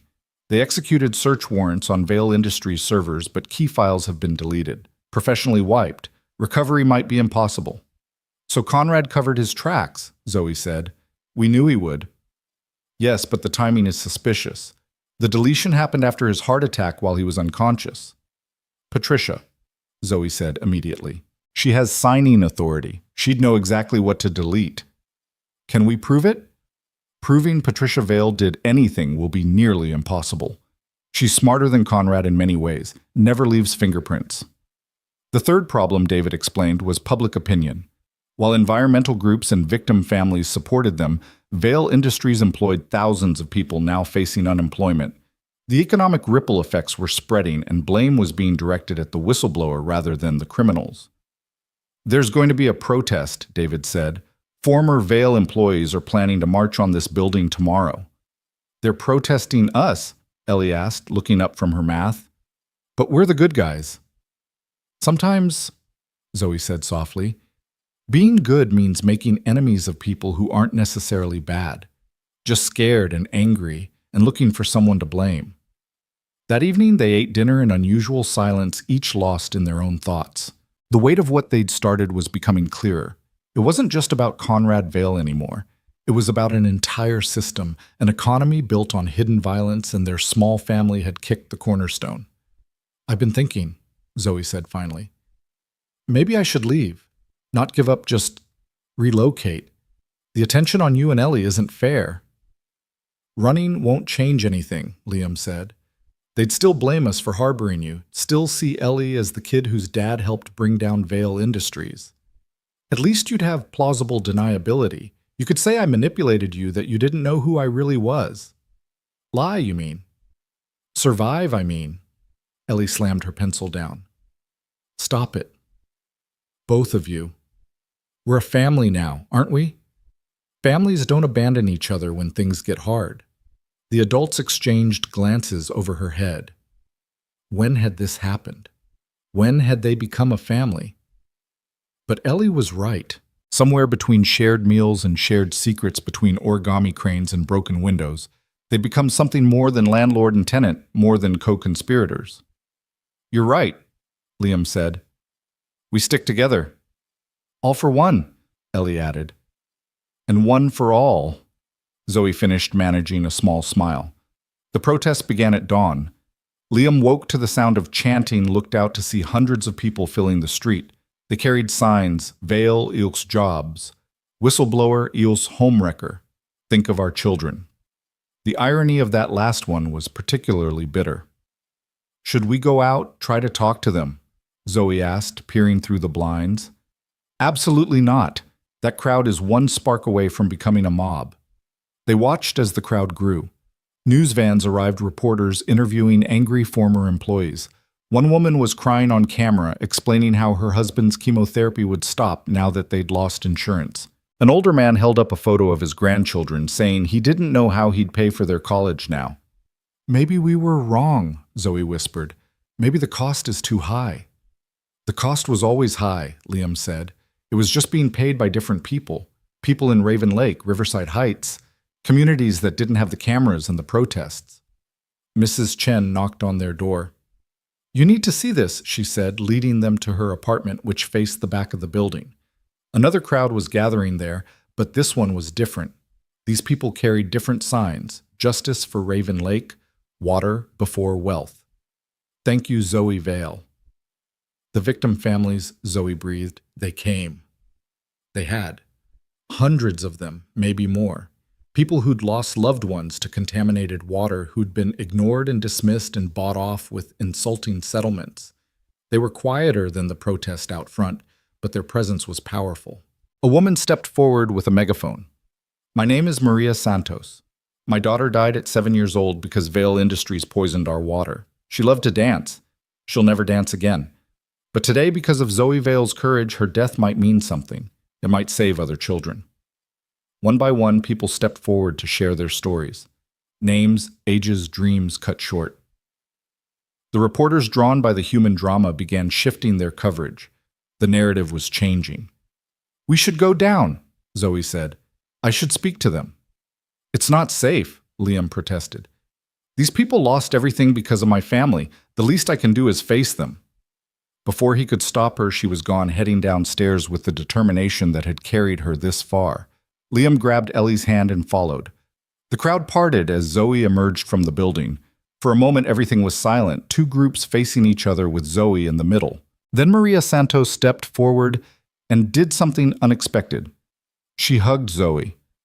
Thank you, she said loud enough for everyone to hear. Thank you for choosing truth over family. That takes a courage most of us will never have to find. Others pressed forward, not in anger, but in gratitude.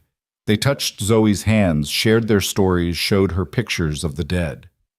She stood there, tears streaming down her face, bearing witness to the devastation her father had caused. I'm sorry, she said over and over. I'm so sorry. Don't apologize for his crimes, an elderly man said. You're not responsible for what he did. You're responsible for what you do, and what you've done is righteous. The other crowd, the unemployed workers, watched this scene with confusion and growing discomfort. It was easy to hate a privileged whistleblower. Harder to hate someone surrounded by grieving families, someone crying for their losses. "My husband worked for Vail Industries," one woman called out from the employee crowd. "He's losing his job, but our nephew died in Riverside Heights, kidney failure at 15. She looked at her fellow protesters. Maybe we're angry at the wrong people." Not everyone agreed. Shouting erupted arguments between the two crowds. But something had shifted. The simple narrative of vengeful daughter destroying livelihoods had become complex human painful on all sides. The police arrived to separate the crowds, and in the chaos, Liam lost sight of Zoe. He found her finally in the building's lobby, surrounded by victim family members who'd formed a protective circle around her. She was clutching something, a small photo album. "They gave me pictures," she said, voice wondering, "of the people who died. They want me to have them to remember why we're fighting." That night, she spread the photos across the kitchen table. Dozens of faces stared back. Children in Halloween costumes, couples on wedding days, grandparents holding babies, all gone, all reduced to casualty projections in Conrad Vail's spreadsheets.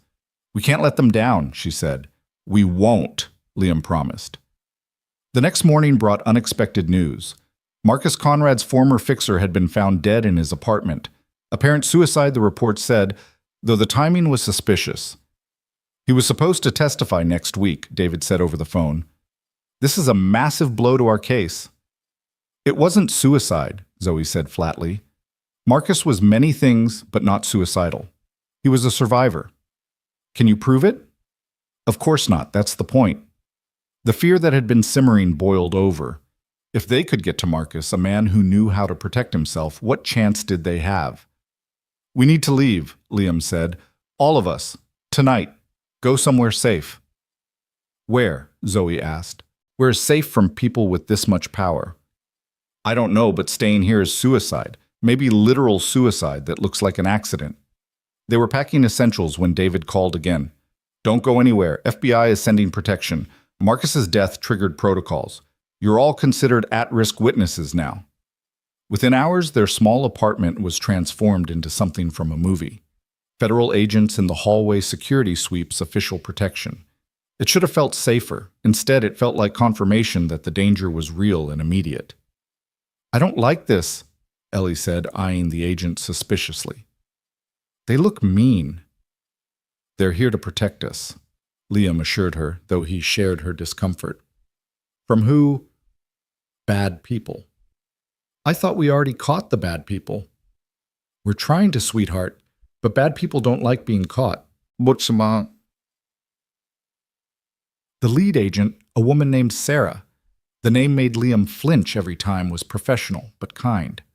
"We'll be as unobtrusive as possible," she promised. "But I need you all to understand no leaving without escort, no unexpected visitors, no deviation from approved schedules." "For how long?" Zoe asked. "Until the trial, or until the threat level decreases." "So indefinitely." "I'm afraid so." Prison, Liam thought. A necessary prison, but prison nonetheless. That night, unable to sleep again, he found Zoe on the fire escape despite the agent's protests about sightlines and vulnerability. She was sketching again, but these drawings were different. Not hidden truths or architectural metaphors, but simple portraits. The victim families from the photos. "I dream about them," she said. "All these people I never met. They talk to me, tell me their stories. Is that crazy?" "No, it's human. I feel like I'm carrying them all, their hopes, their need for justice. What if I fail them?" "You won't. You can't know that." "I know you. You don't quit." She looked at him, and in the dim light from the street, he could see exhaustion written in every line of her face. "I'm so tired, Liam. Tired of fighting, tired of being afraid, tired of being hated." "Come here," he said. And she did, leaning against him on the narrow fire escape. He put his arm around her, felt her tension slowly ease. "This is probably inappropriate," she murmured. "You're my landlord." "I think we passed inappropriate when you revealed you were corporate royalty investigating your father while living in my spare room." She laughed, soft and genuine. "Fair point. Besides, He added, "Technically, you haven't paid rent in 2 weeks. Bill me." They sat there in comfortable silence, two damaged people finding solace in shared purpose and unexpected connection. Inside, Ellie slept surrounded by federal agents. Outside, the city went about its business, unaware of the small revolution being planned in a fourth-floor walk-up. "What happens after?" Zoe asked eventually. "When the trials are over, justice is served or not served, and the cameras move on. What happens to us? We figure it out, together. You make it sound simple. The best things usually are. It's people who make them complicated." She turned to look at him. "Is this a thing us?" "I don't know. Could be. Should we survive?" "That's a big if. Worth fighting for, though." Before she could respond, Sarah the agent appeared in the window. "Inside, both of you. Now." They scrambled in to find the apartment in controlled chaos. Agents on phones, laptops, open tension, thick. "What's happening?" Liam demanded. "Conrad Vale disappeared from the hospital. Just gone. Security footage shows him leaving with Patricia Vale and unknown associates 2 hours ago." "He was in critical condition," Zoe protested. "Apparently not critical enough. We have bolos out, airports are being watched, but..." Sarah shrugged. "People with his resources have options." "He's running," Zoe said wonderingly. "Conrad Vale is actually running." "Guilty people run," Liam said. "Or desperate people. Or dying people who want to die on their own terms." Zoe sank onto the couch. "He won't go far, not Conrad. He'll want to watch his empire either be saved or burn. Either way, he'll want to see it." "Any idea where he might go?" Sarah asked. "The house in the Hamptons, the cabin in Aspen, the yacht in Miami, the compound in Montana." Zoe listed them mechanically. "Or none of those because they're too obvious. Patricia's smarter than that." The agent's phone rang. She listened face grave. "Understood." She hung up. "There's been a development. Patricia Vale wants to meet with you, Zoe. Tomorrow, neutral location lawyers present." "Absolutely not," Liam said immediately. "I have to," Zoe said. "If there's a chance to end this, it's a trap. Everything's a trap now. At least this one comes with federal agents and lawyers." The meeting was set for a downtown law office, neutral ground with excellent security. Liam wanted to go, but Zoe refused. "Someone needs to stay with Ellie. Keep her normal routine as much as possible." "Her normal routine doesn't include federal agents and boarded windows." "Then make a new normal. Kids are adaptable." She left the next morning in a convoy of black SUVs, looking small and young, despite the armor of a borrowed suit. Liam and Ellie watched from the window until the vehicles disappeared. "Is she coming back?" Ellie asked. "Of course she is." "Promise?" Liam hesitated. He'd learned not to make promises he couldn't keep. "I hope so." "That's not a promise." "No, but it's honest." They spent the morning trying to maintain routine, math lessons, reading time, lunch preparation. But both kept checking the clock waiting for news. The agents were tense too, more than usual, speaking in hushed tones. Finally, after 3 hours, Zoe returned. She looked shaken, but intact. "What happened?" Liam asked. "Patricia offered me a deal, drop everything, sign an NDA, and receive $50 million plus guaranteed safety for all of us." "And to alt?" I said no. She laughed, but it was hollow. She didn't understand. Kept raising the amount like it was a negotiation. Ended at $100 million. Jesus. Then she played her real card. Photos of you and Ellie, recent ones. From places the agents haven't been. The message was clear: they can reach you despite the protection. We knew that was possible. Knowing and seeing are different. She pulled out the photos. Ellie at the bodega with an agent. Liam taking out trash. Normal moments made sinister by the violation of being watched, cataloged, threatened. "What did you say?" "I said if anything happens to either of you, I'll burn their entire world to ash. That I have copies of everything hidden in places they'll never find set to release if we disappear or die suspiciously." "Do you?" "Now I do. Spent the ride back setting up dead man switches with David's help. Mutual Assured Destruction Corporate Edition." That evening, they received word that Conrad Vale had been located. He was in international waters on a yacht registered to a shell company technically beyond reach, but also unable to return without arrest. He's exiled himself, Zoe said. The king fleeing his burning kingdom. Good riddance. I thought I'd feel victorious. Instead, I just feel empty. Justice isn't always satisfying, Liam said. Sometimes it's just necessary. The next few days passed in strange suspension. The protests had died down, the media had moved on to fresher scandals, but the legal machinery ground on. Depositions, evidence review, preparation for trials that were still months away. Zoe threw herself into documenting everything she remembered working with prosecutors to build airtight cases. Liam focused on Ellie, trying to give her as much normalcy as possible despite their circumstances. They developed routines, morning lessons, afternoon art time with Zoe, evening walks with federal escort. This is weird, Ellie announced one evening over dinner. But good weird, like we're important. We're not important, Liam corrected. We're just doing something important. What's the difference? Important people think they matter more than others. People doing important things know everyone matters equally. Dad's getting philosophical, Zoe teased. Must be all that time with nothing to do but think. Someone has to think. You're too busy saving the world. Trying to, verdict's still out on whether it's working. It was working, though, slowly, incrementally, but working. Other whistleblowers were coming forward inspired by Zoe's example. Other companies were being investigated. The EPA announced new water testing requirements. Congress scheduled hearings. The machinery of change, rusty from disuse, was starting to turn. But machinery could be stopped, and those threatened by change were mobilizing. Lobbying intensified. Political donations flowed. Op-eds appeared questioning the whistleblowers' motives, their mental health, their credibility. They're trying to rewrite history, Zoe said, reading the latest hit piece. Make Conrad the victim and me the unstable daughter who destroyed him out of spite. Let them try. We have truth on our side. Since when has truth been enough? She had a point. Truth without power was just noise, and they were running low on power while their enemies had reserves. Then came the breakthrough. Avail Industries' accountant, conscience-stricken, or perhaps just seeing which way the wind was blowing, came forward with backup drives he'd been secretly maintaining. Everything Conrad had deleted was there, plus more. Years of crimes meticulously documented. This is it, David said, barely containing his excitement. This guarantees convictions. Multiple life sentences. For who? Zoe asked. Conrad's untouchable in international waters. Patricia will have 17 lawyers and claim ignorance. The board will say they were misled. Someone will pay.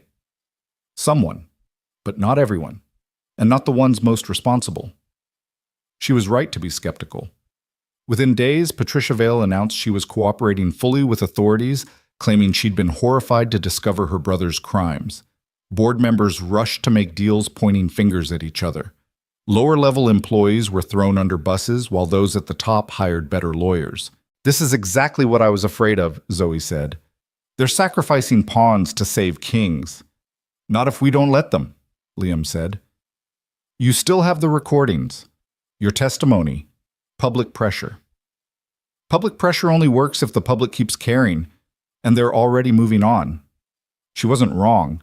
The news cycle was brutal, and Vail Industries was becoming old news. They needed something dramatic, something that would refocus attention. It came from an unexpected source. Conrad Vail, isolated on his yacht, had suffered another heart attack, this time fatal. The king was dead, his empire in ruins, justice forever denied. I should feel something, Zoe said, staring at the news alert. Grief, relief, anger, something, but I just feel numb. He was your father. It's okay to mourn him. I'm not mourning him. I'm mourning the father I wished he'd been, the one who would have chosen family over profit, who would have loved Mom enough to keep her safe. The funeral was a media circus. Patricia Vale tried to bar Zoe from attending, but public opinion had shifted enough that she was forced to relent. Zoe went dressed in black, flanked by federal agents to bury the man who'd created and destroyed so much. I want to go with you, Liam said. No, this is something I need to do alone. Well, alone with a security detail. She returned hours later, dry-eyed but exhausted. It was awful. Patricia gave a eulogy about his business genius and vision. Nothing about the bodies, nothing about the water, like none of it happened. What did you expect? I don't know. Acknowledgement, accountability. Just once for someone in that family to admit what we did wrong. You did. I'm not that family anymore. Patricia made that very clear. I'm disowned, disinherited, disavowed. The Vale name dies with Conrad in her. Good. You're better off without it. Am I without the name? I'm just another unemployed art student with a useless degree and a reputation that makes me unemployable. You're Zoe. That's enough. She looked at him with something like wonder. You really believe that?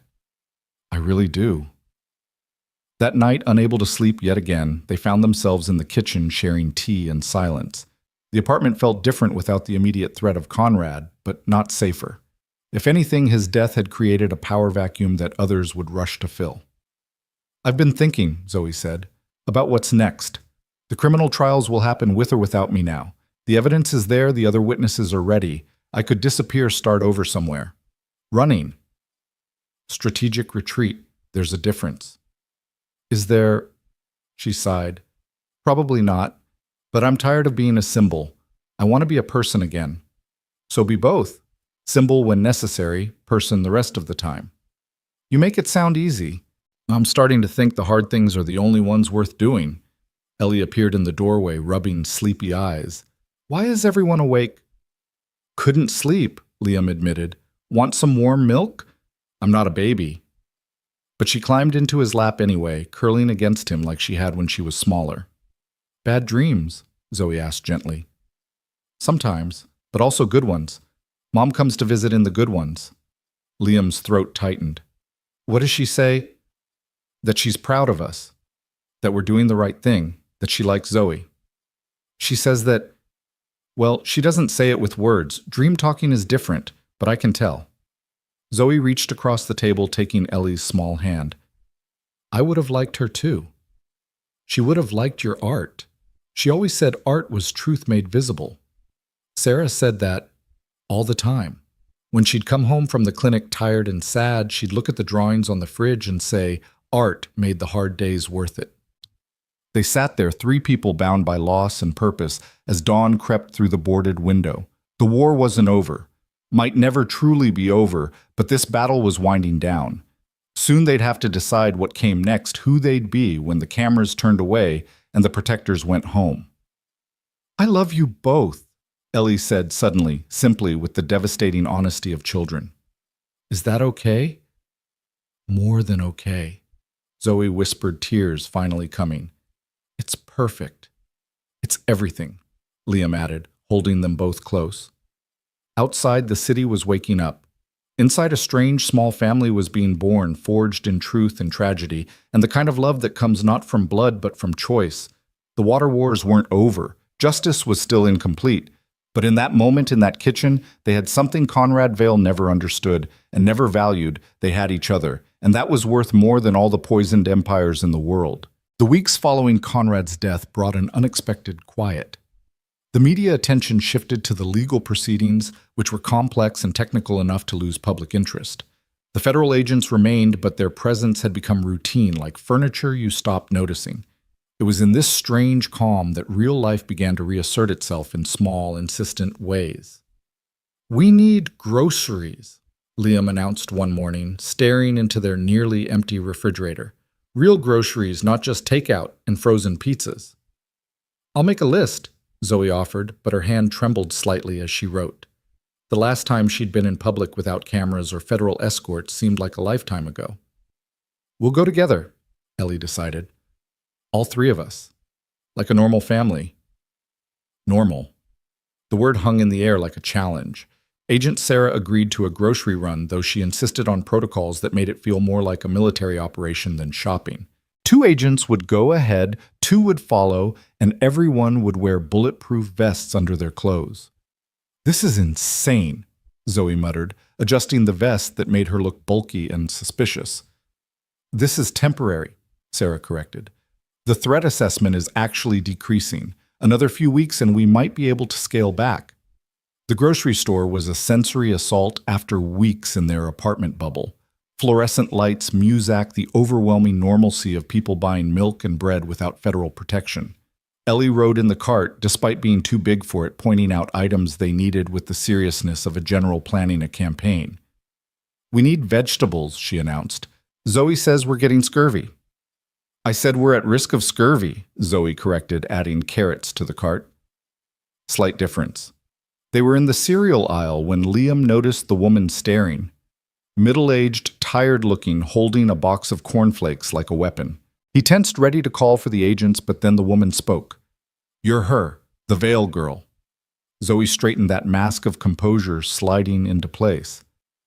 "Yes. My husband worked at Veil Industries for 23 years, maintenance department." Here it comes, Liam thought. The anger, the blame, the scene that would bring the agents running. "He knew," the woman continued, "about the water, the cover-ups. It ate at him. He started drinking, couldn't sleep. When you came forward," she set down the cornflakes, pulled out her phone, showed them a photo of a smiling man in work clothes. "He testified to the FBI yesterday, said your courage gave him his." "I'm sorry about his job," Zoe started. "Don't be. That job was killing him just slower than the water killed others. We'll figure it out. But I wanted to thank you for giving him permission to tell the truth." She walked away before Zoe could respond, leaving them standing in the cereal aisle with their cart and their guards, and the growing realization that the ripples of their actions were spreading in ways they'd never anticipated. "That was nice," Ellie said. "Can we get Lucky Charms?" The rest of the shopping trip passed without incident, though Liam noticed other shoppers recognizing them, whispering some hostile, but more simply curious. They were becoming something between celebrities and pariahs, famous for all the wrong reasons. Back at the apartment, they unpacked groceries with the efficiency of people who'd learned to work in close quarters. The domesticity of it struck Liam Zoe, knowing where they kept the pasta, Ellie automatically putting her juice boxes in the exact spot she liked, all of them moving around each other with practiced ease. "David called while we were out," Sarah informed them. "The first criminal trial starts in 3 weeks. Zoe, you'll be called to testify." "Which trial?" Zoe asked, though her tone suggested she already knew. "Patricia Veil, conspiracy, fraud, destruction of evidence. She'll never be convicted. Too smart, too connected." "Maybe, but the attempt matters. The public exposure matters." That night, Zoe sat at the kitchen table with legal documents spread before her, preparing for testimony that would put her aunt in prison. Liam watched her work, noting the tension in her shoulders, the way she pressed her pen too hard against the paper. "You don't have to do this," he said. "Yes, I do. Patricia's as guilty as Conrad, maybe more so. She knew exactly what she was doing." "She's still your family." "No. Family doesn't poison children for profit. Family doesn't threaten 8-year-olds to maintain power." She looked up at him. "You and Ellie are my family. This right here, this is family." The words settled between them, acknowledged but not examined. There would be time for that later when the trials were over and they could think about futures instead of just survival. The next morning brought a surprise visitor. Mrs. Chen from down the hall appeared with a covered dish and a determined expression. "You're too thin," she announced to Zoe. "All of you too thin. Stress eating, I know the signs." "Mrs. Chen, you don't have to." "I don't have to do anything. I'm 73 years old. I do what I want." She pushed past the federal agent with impressive authority. "This is my grandmother's recipe, healing soup. You eat, you feel better." She stayed for tea, regaling them with stories of the building's history, the families who'd come and gone, the dramas and celebrations of ordinary life. It was the most normal hour they'd had in weeks. "You're good for this place," she told Zoe as she left. "Brought attention to what matters, made people think. That's rare." "I also brought danger and disruption." "Life is danger and disruption. At least yours has purpose." After she left, they ate the soup, which was indeed healing in ways that had nothing to do with nutrition and everything to do with care. "We should do something for her," Ellie said. "And the other neighbors. They've been so nice." "Like what?" Liam asked.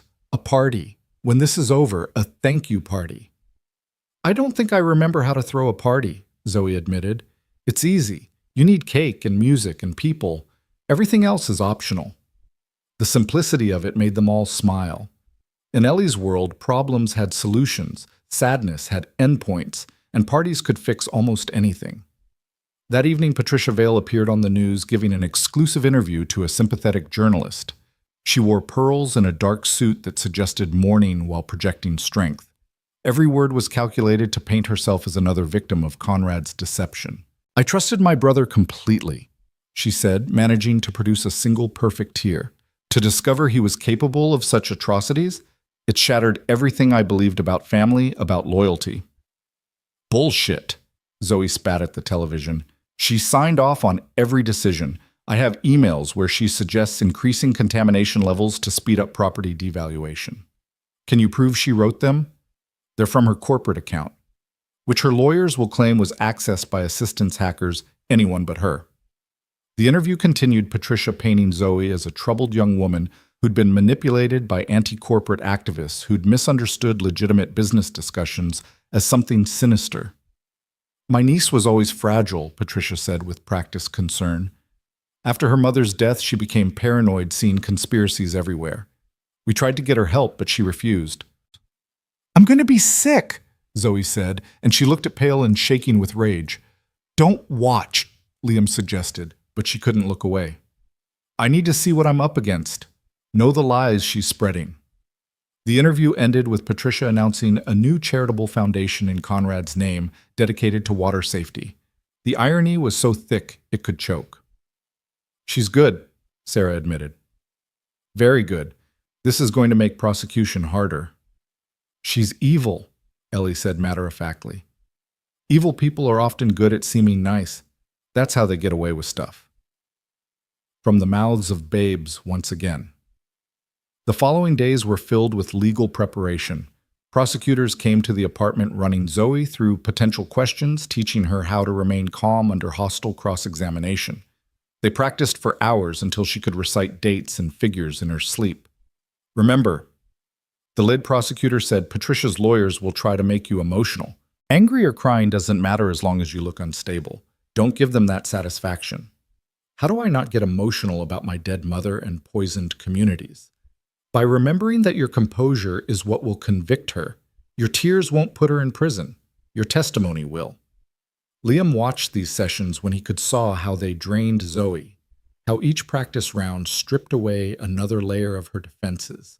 She was being turned into a weapon against her own family, and the cost was visible in the dark circles under her eyes, the weight she continued to lose despite Mrs. Chen's healing soup. "You need a break," he told her one evening after a particularly brutal session. "I need this to be over." "That too. But tonight you need a break." He enlisted Ellie's help, and together they transformed the living room into what Ellie called movie theater magic. Blankets on the floor, popcorn in bowls, the laptop propped up to play one of Ellie's favorite animated movies. Nothing heavy, nothing real. Just 90 minutes of talking animals and happy endings. "This is silly," Zoe protested, but she was smiling. "Silly is good," Ellie informed her. "Daddy says silly is the antidote to serious." Antidote, big word. "I've been reading the legal documents. They're boring but educational." They settled in, the three of them under blankets, while federal agents stood guard outside. The movie was ridiculous, full of songs and impossible physics, and exactly what they needed. For 90 minutes, they could pretend they were just a normal family having movie night. "Thank you," Zoe whispered to Liam as Ellie sang along with the closing credits. "For what?" "For remembering that we're human, that we need more than just justice and revenge. We need life. Otherwise, what are we fighting for?" The trial date approached like a storm system on radar, inevitable and ominous. The media attention ramped up again. Protesters returned, though fewer than before. The story was becoming old news except for those directly affected. 3 days before Zoe was scheduled to testify, David arrived with troubling news. "Patricia's lawyers have filed a motion to exclude your testimony. They're claiming emotional instability, undue influence, and potential coaching by prosecutors." "That's ridiculous," Liam said. "It's strategy. Even if the motion fails, it plants doubt in the jury's mind." "So what do we do?" Zoe asked. "We fight it. But Zoe, they're going to use everything against you. Every therapist visit after your mother's death, every college party where you drank too much, every angry email you ever sent. They've hired investigators to dig into your entire life. Let them dig. I have nothing to hide. Everyone has something to hide. The question is whether they can make nothing look like something. That night, Zoe sat with her laptop searching her own name, seeing what the world was saying about her. The results were split between hero and villain, whistleblower and traitor, brave and mentally ill. Her senior yearbook photo had become a meme. Her college art projects were being psychoanalyzed for signs of instability. "Stop," Liam said, closing the laptop. "This isn't helpful. I need to know what they're saying." "No, you need to remember who you are, not who they're painting you as." "What if they're right? What if I am just an unstable girl lashing out at her father?" "Then you're an unstable girl who happened to have evidence of mass murder. The two aren't mutually exclusive." She laughed short and bitter. "That's not as comforting as you think it is." "The truth rarely is." Ellie had been listening from the hallway. She came in carrying the silver paper crane Zoe had given her weeks ago. "You said this was special," she said, handing it to Zoe. "Maybe it will help you remember." "Remember what?" "That you're brave, that you're good, that we love you." Zoe pulled Ellie into a fierce hug, the crane crumpling slightly between them. "How did you get so wise?" "I had a good mom, and now I have a good Zoe." The unfinished sentence hung there. What was Zoe to them? Not quite stepmother, more than friend. Something for which they had no proper word. "Family," Liam said firmly. "Now you have a good family." The day before the trial, they did something unexpected. They went to Raven Lake. It required negotiation with the federal agents, security preparations, and official vehicles, but Liam had insisted. "She needs to see it," he'd argued, "to remember why we're doing this." The town was smaller than Zoe had imagined, poorer too. Boarded-up shops lined the main street. A playground sat empty weeds growing through the swing set. And everywhere signs, "Water unsafe," "Do not drink," "Vale lied." People died. They stopped at the cemetery. Row after row of headstones, many new, many young. Sarah's grave was there, simple granite with her name and dates, and beloved wife and mother. "Hi, Mom," Ellie said simply. "This is Zoe. She's helping catch the bad people who hurt you." Zoe knelt by the grave, placing a small bouquet they'd bought at the one remaining flower shop. "I'm sorry," she whispered, "for what my family did, for what I didn't stop sooner." "She would forgive you," Liam said. "She always believed in redemption." "I don't deserve forgiveness. Nobody deserves it. That's what makes it powerful." They visited other graves, reading names from the documents, putting faces to statistics. Maria Gonzalez's children had left toys on her grave. Tommy Chen had a baseball glove weathering beside his headstone. Each grave was a life a family destroyed, a future erased. "This is why," Liam said simply. "When you're on that stand tomorrow, remember this. Every grave, every name, every life that should still be here." "I'll remember," Zoe promised. On the drive back, they stopped at the clinic where Sarah had worked. It was closed now, had been since the water crisis was exposed. But someone had turned the front into a memorial. Photos of victims covered the walls. Flowers, some fresh, some dying, lined the walkway. "She loved this place," Liam said. "Even when they were understaffed and under-equipped. She said it was where help met hope." "It's where she got sick," Zoe said. It wasn't a question. "The water cooler in the break room. She drank from it every day, told patients the water was safe because that's what they'd been told." His voice cracked. "She was giving people poison and never knew it." "That's not her fault." "No. But she'd have felt responsible anyway. That's who she was."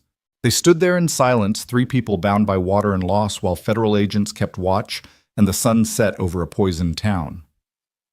That night, unable to sleep before the trial, Zoe worked on something at the kitchen table. Liam found her there at 3 a.m. surrounded by paper and scissors and tape. "What are you making?" "Something for tomorrow, a reminder." She held up an intricate paper sculpture, a tree with roots that became rivers that became hands reaching upward. It was beautiful and heartbreaking. "You can't bring that into court." I know, but I can know it exists, that something beautiful came from something terrible. Is that what we are? Something beautiful from something terrible.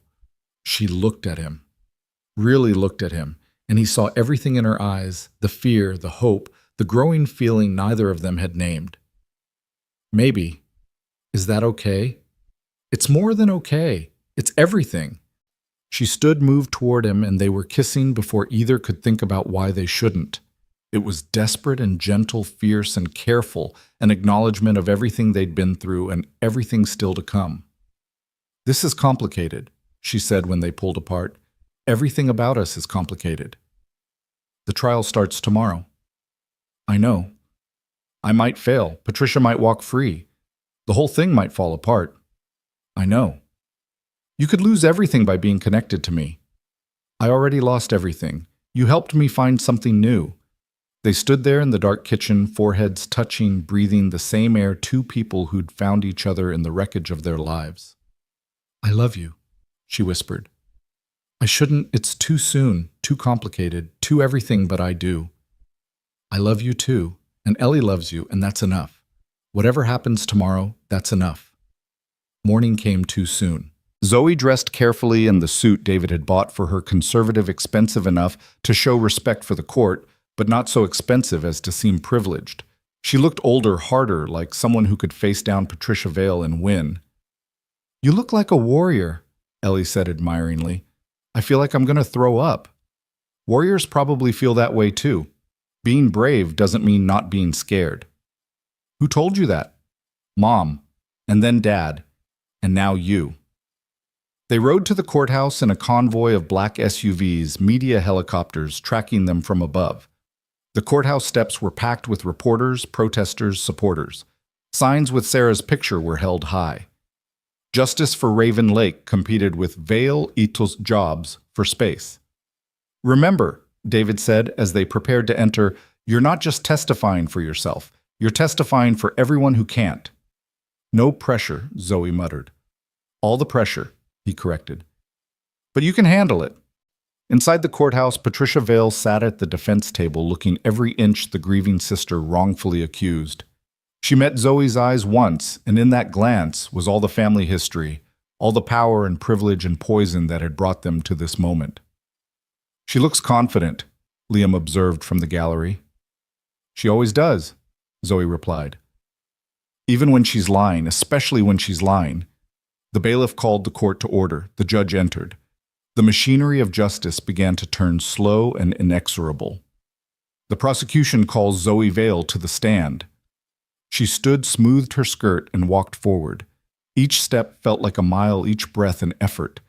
But she thought of the cemetery, of Sarah's grave, of Ellie's courage, and Liam's faith. She thought of the paper sculpture on their kitchen table, Beauty from Ashes. She placed her hand on the Bible, the weight of it solid and real. Do you swear to tell the truth, the whole truth, and nothing but the truth? I do. And she did.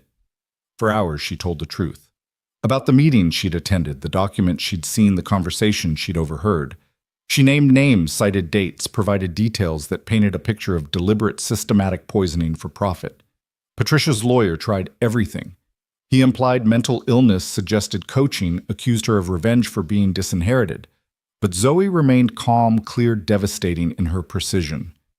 You hate your aunt, don't you? The lawyer asked. I pity her. You want to see her in prison. I want to see justice. If that means prison, then yes. You've destroyed your family for attention. My family destroyed themselves for money. You're enjoying this. I'm heartbroken by this. But heartbreak doesn't make it less necessary. When it was over, when she'd been released from the stand, she walked back to Liam and Ellie on shaking legs. They caught her as she nearly collapsed, holding her up, holding her together. You did it, Liam whispered. It's not over. No, but you did your part. You told the truth. They left through a side door to avoid the media, but cameras found them anyway. The image that would run in papers nationwide, Zoe Vale, exhausted but unbroken, flanked by the family she'd chosen over blood, walking away from the courthouse where she'd just testified against the last of her biological family. Home, the federal agent asked. Home? Zoe confirmed, and the word meant something different now. Not the Vale Mansion, or the corporate legacy, or the poisoned empire. Home was a fourth-floor walk-up with a broken window and two thin walls and two people who loved her not for her name or her money, but for her courage to tell the truth. That night they ate Mrs. Chen's soup and watched another silly movie and pretended the world wasn't waiting for a verdict that would define all their futures. They were together, and for now, that was enough. Tomorrow would bring what it would bring. Tonight, they were family. The verdict came 3 days later, delivered by a foreperson who couldn't meet Patricia Vale's eyes. Guilty on all counts. Conspiracy to commit fraud, destruction of evidence, criminal negligence resulting in death. The courtroom erupted, supporters cheering while Vale Industries' remaining defenders sat in stunned silence. Patricia's perfect composure finally cracked her face, contorting with rage as she turned to stare at Zoe. "You little bitch," she mouthed across the courtroom, the cameras catching every venomous syllable. Zoe didn't flinch. She sat between Liam and David Chen, hands folded, face carved from stone. Only Liam could feel her trembling, could see the way her knuckles went white from gripping her own fingers. 25 to life, the judge announced after a recess, to be served consecutively with federal charges pending. Patricia Vale was led away in handcuffs, her designer suit and pearls a jarring contrast to the chains. She looked older, suddenly diminished, the power that had defined her evaporating like poisoned water in sunlight. Outside the courthouse, the scene was chaos. Reporters swarmed, victims' families wept and embraced, and somewhere in the crowd, someone started chanting "Justice for Raven Lake," until hundreds of voices joined in. Zoe stood on the courthouse steps, overwhelmed by the noise and emotion, until Maria Santos pushed through the crowd and pulled her into a fierce hug. "You did it," Maria whispered. "You gave my baby justice." One by one, other family members approached. Not the angry employees who'd lost jobs, but the people who'd lost everything that actually mattered. They touched Zoe's hands, showed her photos of the dead, thanked her with tears streaming down their faces. She stood there receiving their gratitude like penance, each thank you, both a blessing and a weight. "Can we go home now?" Ellie asked, tugging at Liam's sleeve. The crowd was overwhelming for an 8-year-old, the emotions too big and raw. They made their way to the waiting SUV, agents forming a protective barrier. As they drove away, Zoe finally broke. The sobs came from somewhere deep, 18 months of suppressed grief and rage pouring out in the safety of the vehicle. "It's over," she gasped between sobs. "It's actually over. The criminal trials are over," David corrected gently. "The civil suits are just beginning, and the real work of rebuilding those communities, cleaning the water, making sure this never happens again, that's going to take years. But Conrad's dead and Patricia's in prison. Yes, the kings have fallen. Now we deal with the kingdom." Back at the apartment, Mrs. Chen had organized what she called a victory dinner, but what looked more like a block party crammed into a hallway. Neighbors had brought dishes, strung up lights, and someone had even found a banner reading "Congratulations" that had clearly been repurposed from someone's graduation. "You did good," Mrs. Chen said, simply pressing a plate of dumplings into Zoe's hands. "Now eat. You're still too thin." The FBI agents looked uncomfortable with the sudden party, but even they seemed to relax as the evening wore on. Agent Sarah accepted a beer from Mr. Rodriguez, who was regaling anyone who'd listen with his theory about how he'd known Zoe was special from the start. "She had that look," he said, gesturing dramatically, "like a fighter, like someone who wouldn't back down." "She looked terrified," his teenage son corrected. "The first day she moved in, she looked like she was going to throw up." Zoe admitted, laughing for the first time in days. "I was terrified every single day." "But you did it anyway," Liam said, pulling her close. "That's what courage is." They'd been careful about physical affection in public, unsure what they were to each other, unwilling to complicate an already complex situation. But tonight, with Patricia in prison and the neighbors celebrating around them, it felt safe to acknowledge what had been growing between them. "Are you two dating now?" Ellie asked loudly, causing several neighbors to turn and stare. "Ellie," Liam's face flushed. "What?" "It's a reasonable question. You kissed in the kitchen. I saw." "You were supposed to be asleep." Nobody sleeps before a trial. That's just science. Zoe knelt down to Ellie's level. Would it be okay with you if your dad and I were dating? Ellie considered this seriously. Would you move out of your room into Dad's room? Eventually, maybe. Would you still teach me origami? Always. Would you be my mom? The question hung in the air like a held breath. Zoe looked at Liam, who nodded slightly. I could never replace your mom, Zoe said carefully. She'll always be your mom, but I could be your Zoe who loves you like a mom loves. Is that enough? That's perfect, Ellie said, throwing her arms around Zoe's neck. The party continued late into the evening, the kind of celebration born from shared trauma and unexpected victory. But eventually, the neighbors drifted away. The agents resumed their posts, and the three of them were left alone in their apartment that had become command central for a revolution. It feels empty, Zoe said, looking at the space where boxes of evidence had been stacked, where lawyers had camped out, where federal agents had monitored threats. It feels peaceful, Liam corrected. I don't know what to do with peaceful. Learn. We all need to learn. The next morning brought unexpected news. The Vail Industries Board, desperate to salvage something from the wreckage, had voted to liquidate all assets and establish a massive victim compensation fund. It wouldn't bring back the dead, but it would provide for their families, pay for medical treatment for the sick, fund water cleanup efforts for decades to come. How much? Zoe asked David when he called with the news. Billions. The entire company, essentially. Everything Conrad built will be dissolved and distributed to the people he hurt. Good. There's more. There's apparently a trust in your name that Patricia couldn't touch. Your mother set it up separately outside the family structures. It's yours free and clear. How much? About $2 million. Zoe sat down hard. After months of surviving on nothing, the number seemed impossible. I don't want it. It's not Vail money, David explained. It's from your mother's family, her inheritance that she kept separate. She wanted you to have choices. Choices. After so long with none, the concept felt foreign. What would you do? She asked Liam. Take it. Use it for good. Honor your mother's wishes. It feels like cheating. Everyone else lost everything. You lost everything too. Your family, your name, your future. This isn't a reward. It's a tool. That afternoon, they walked to the bank, federal agents trailing discreetly. Zoe had never had her own account before. Everything had always been connected to the family, monitored and controlled. The banker, recognizing her name, tried not to stare as she opened a simple checking account and deposited the check David had brought. What's the first thing you're going to buy? Ellie asked as they left. A door, Zoe said immediately. A really good door to replace the one Conrad broke. That's boring. Boring is underrated. But the first thing she actually bought was art supplies.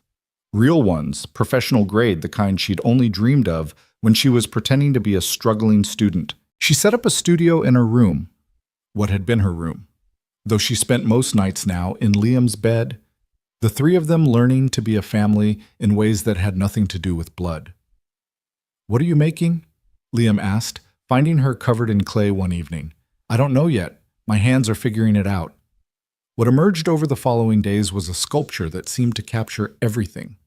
Twisted metal representing the poisoned infrastructure, clear resin for the water that should have been clean, and rising from it all, delicate paper cranes, one for each victim whose name they knew. It's heartbreaking, Liam said when she showed him the finished piece. It's supposed to be, but also hopeful. See how the cranes are rising? They're not trapped. They're transcending. What will you do with it? I don't know. It's not for sale. Maybe donate it to a museum or to Raven Lake for their memorial. You could show it, have an exhibition, tell the story through art. Who would come to see the art of Conrad Vail's disgraced daughter? Everyone, Ellie said from the doorway. Because you're not his daughter anymore. You're Zoe. You're ours. The truth of it settled over them like grace. She wasn't Conrad Vail's daughter anymore, not in any way that mattered. That version of her had died with him, been buried with Patricia's conviction. What remained was someone new, someone forged in truth and courage, and the unexpected love of strangers who'd become family. A month passed. The federal agents withdrew the threat level, having decreased to manageable. The media moved on to new scandals. Life developed a rhythm that wasn't normal. Nothing would ever be normal again, but was sustainable. Liam found work with a nonprofit focused on environmental justice, his experience making him valuable in ways he'd never imagined. Ellie returned to school with her head high, and while some kids were cruel, others were curious, even admiring. Sophia says her mom says you're a hero, Ellie reported one afternoon. I said you're just Zoe, but heroes can be just people, right? Heroes are always just people, Zoe agreed. That's what makes them heroic. She'd started teaching art at the community center, volunteering at first, then accepting a small salary when they insisted. Her students were kids from Raven Lake, in similar communities, kids who'd lost parents and siblings to corporate greed. They made art about grief and rage and hope, and Zoe guided them through it, understanding their pain in ways other teachers couldn't. Miss Zoe, one boy asked during a class, did you love your dad even though he was bad? Yes, she answered honestly. Love doesn't stop just because someone does terrible things. It just gets complicated and painful. My dad worked at the plant. He knew about the water but didn't say anything. Does that make him bad? It makes him human. Humans make choices, and sometimes they're the wrong choices, but that doesn't erase all the good they've done too. So people can be both good and bad. Most people are both. The trick is trying to be more good than bad and fixing the bad when you can. It was during one of these classes that Zoe got the call. An unknown number that she almost didn't answer. Is this Zoe Vale? Yes. This is Dr. Morrison at Mercy General. Your Aunt Patricia Vale is asking to see you. She's in prison. She's in our secured wing, stage 4 pancreatic cancer. She has perhaps days. Zoe stood frozen in the community center, surrounded by children's art and the echo of their laughter from the playground outside. I'll come, she heard herself say. She went alone despite Liam's protests. The hospital's secured wing was a strange purgatory, neither quite prison nor hospital. Patricia lay in the bed shackled despite being too weak to move, her designer pride replaced by a hospital gown that made her look small and mortal. You came, Patricia said, her voice a whisper of its former authority. Your family, despite everything. Family, Patricia laughed, or tried to. It came out as a cough. We certainly made a mess of that concept, didn't we? Conrad made a mess. You helped him. I tried to clean it up. And look where we all ended up. Him dead, me dying, you. She studied Zoe. You look happy. It's annoying. I am happy. It's surprising. With that man and his child playing house in that pathetic apartment, building a life with people who love me, something you and Conrad never understood. Patricia's eyes flashed with the old fire. We understood love. We just understood that power mattered more. And where did that understanding get you? Rich, powerful, feared, alone, dying, despised. They stared at each other, the last of the veils separated by choices and chains, and the kind of damage that couldn't be undone. I didn't call you here to fight, Patricia said finally. I called to tell you something about your mother. Zoe tensed. What about her? She knew about the water. Not the full extent, but she suspected. She confronted Conrad, threatened to go public. That's why we moved you both to Riverside Heights. He said it was for a promotion, but it was punishment. He wanted her to see what happened to people who opposed him. You're lying. I'm dying. What would be the point? Patricia pulled out a small key from under her pillow. Safety deposit box. Bank of America branch 432. Your mother left something for you. Conrad thought he'd destroyed everything, but she was smarter than he knew. Why are you telling me this? Because I'm dying with enough sins. This one at least I can rectify. Zoe took the key, its weight heavier than metal should be. I won't forgive you, she said. I don't want forgiveness. I want you to know that your mother fought him. She lost, but she fought, just like you. I won. Did you? You destroyed an empire, yes. But empires rebuild, usually worse than before. You won the battle, child. The war continues long after we're all dead. Patricia died that night. Zoe didn't stay, didn't mourn, but she did call the prison chaplain to ensure someone was with her at the end. Even monsters deserved not to die alone. The safety deposit box contained three things: a letter, a USB drive, and a wedding ring Zoe had never seen her mother wear. The letter was dated a month before Claire Vale's death. My darling Zoe, if you're reading this, then I've failed to stop him, and you've discovered the truth. I'm sorry I wasn't braver sooner. I'm sorry I chose comfort over conscience for so long. By the time I understood what Conrad was, we were too deep in the web to escape. The drive contains everything I could gather. It's not enough for legal action, but it might help you understand. The ring was my mother's, your grandmother's. She was a teacher who married a factory worker, and they were happy in ways Conrad and I never were. Wear it to remember that love matters more than legacy. Fight him if you can, but don't let the fight consume you. Live love, build something better from the ashes. That's the only revenge worth having. All my love, Mom. Zoe sat in the bank's private room and cried for an hour. Then she went home, really home, to Liam and Ellie, to their fourth-floor walk-up that had become a sanctuary. She showed them the letter. The ring played the files on the drive, which confirmed everything they already knew, but with her mother's voice narrating the evidence. She was brave, Ellie said solemnly, like you. She was scared, Zoe corrected, like me, but she tried anyway. That's what brave is. That night, as they lay in bed with Ellie asleep between them, nightmares had brought her to their room. Liam asked, "What now?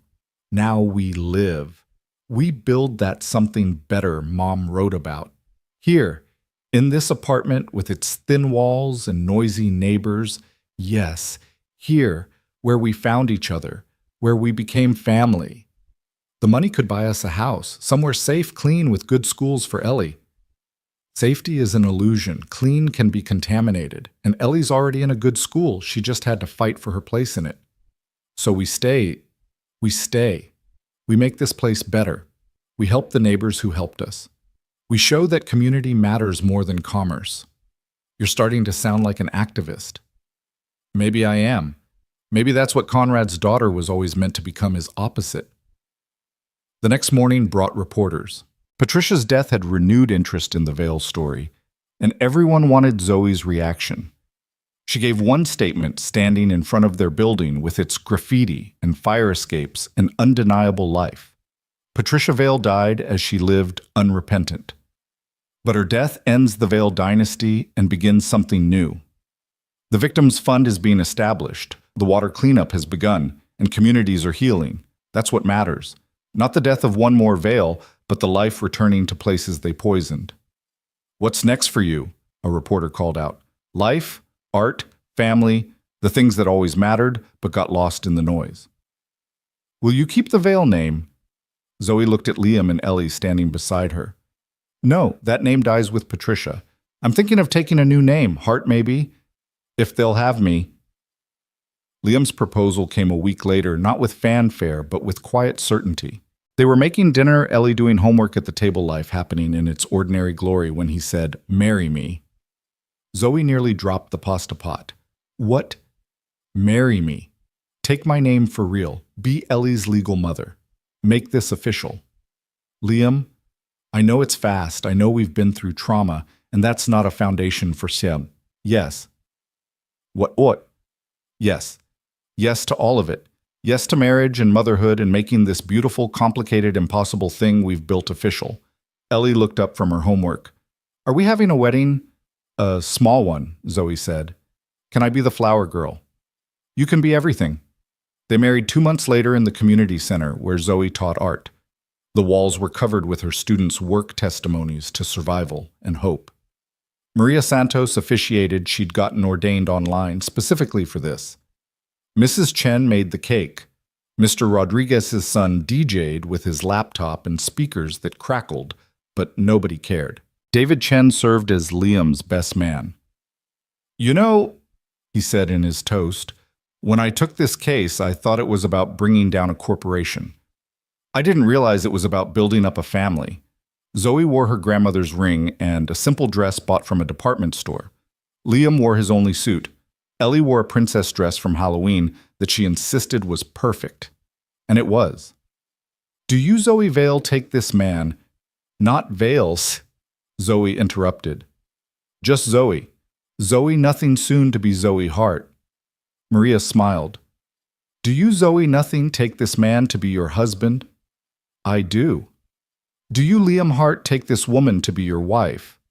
Absolutely. And do you, Ellie Hart, take this woman to be your bonus mom? Forever and ever. Then by the power vested in me by the internet and the state of New York, I pronounce you a family. They kissed while the community center erupted in cheers. Someone started the Justice for Raven Lake chant, but it morphed into love for the Harts. And even the federal agents who'd come as guests were smiling. The reception was potluck, everyone bringing something, sharing recipes and stories, and the kind of joy that comes from witnessing love triumph over loss. Zoe danced with her students. Liam danced with Mrs. Chen, and Ellie danced with everyone spinning in her Halloween princess dress until she was dizzy with happiness. No honeymoon, someone asked. This is our honeymoon, Zoe said, gesturing at the room full of chosen family, right here with everyone who matters. Late that night, after the community center was cleaned and Ellie was asleep in her bed, Liam and Zoe stood on their fire escape looking out at the city lights. She wore his grandmother's ring now, alongside her mother's 2 generations of love on one hand. Regrets? He asked. None. I just married Conrad Vale's daughter. My life insurance premiums are going to skyrocket. She laughed, leaning into him. Former daughter, disowned daughter, whistleblowing, family-destroying, justice-seeking daughter. My wife.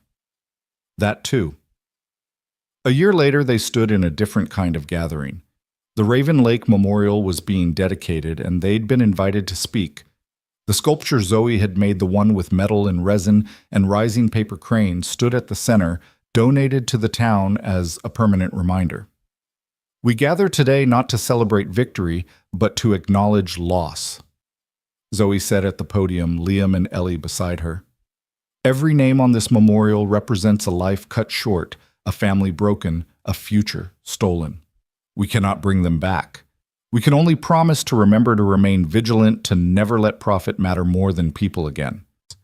She placed 3 items at the memorial's base.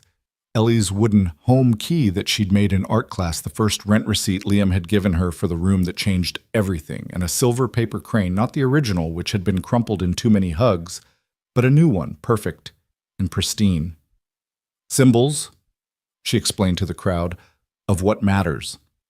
Home is not a building, but the people who shelter you.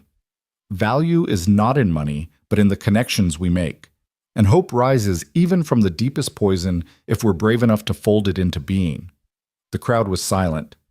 Then someone started clapping, then everyone was applauding and crying and holding each other. The war Patricia had spoken of wasn't over, would never be over as long as corporations valued profit over people. But this battle had been won, and from its victory 1,000 small revolutions were blooming. Ready to go home? Liam asked. We are home. Ellie said, wise beyond her years. Home is wherever we are together. They drove back to the city in their used car, bought with the first payment from the victims' fund that Zoe had qualified for as Claire Vale's daughter. The apartment waited for them with its thin walls and noisy neighbors, and walls covered in Ellie's art and Zoe's sculptures. Mrs. Chen had left soup on their doorstep. Mr. Rodriguez's music drifted through the walls. The federal agents were long gone, but the community watch remained neighbors looking out for neighbors. We should move eventually, Liam said as they climbed the 4 flights. When Ellie gets bigger, when we need more space. Maybe, Zoe agreed, but not yet. This place has more work to do. What work? Healing work, teaching work. The work of showing that ordinary people in ordinary places can do extraordinary things. That night after Ellie was asleep, they sat at the kitchen table where it all began, where Zoe had first sat pretending to be someone she wasn't, where truth had finally emerged, where a family had been forged from loss and lies and the dangerous hope of justice. I love you. Liam said words that had become daily, but never routine. I love you too, Zoe replied. Liam Hart, who gave me shelter, when I had none, who believed me when I told the truth, who loved me despite my name. Because of your name. Because you were brave enough to destroy it for something better. We destroyed it together. And built this together. Outside the city hummed with its million stories, its hidden corruptions and secret heroisms. Somewhere water was being poisoned, somewhere whistles were being blown, somewhere families were being destroyed and created and recreated from the rubble of what was. But here in this fourth-floor walk-up, with its broken, then-fixed door, and walls that had heard too much truth, the Hart family was home. The revolution had been won, the war continued, but tonight there was soup and love and the promise of tomorrow. Zoe Vale had died with her father's empire. Zoe Hart lived on teaching art to traumatized children, loving a traumatized man and his traumatized daughter, making beauty from ashes, and ensuring that the names on the memorial meant something more than acceptable losses. The $200 room had become a $1 million victory, though its value had nothing to do with money, and everything to do with the courage to open a door to a stranger who turned out to be salvation. Home, as Ellie had said, was wherever they were together. And they were together against all odds, despite all losses, because of all truths. The water wars weren't over. But in this small apartment, in this chosen family, in this impossible love, they had won everything that mattered.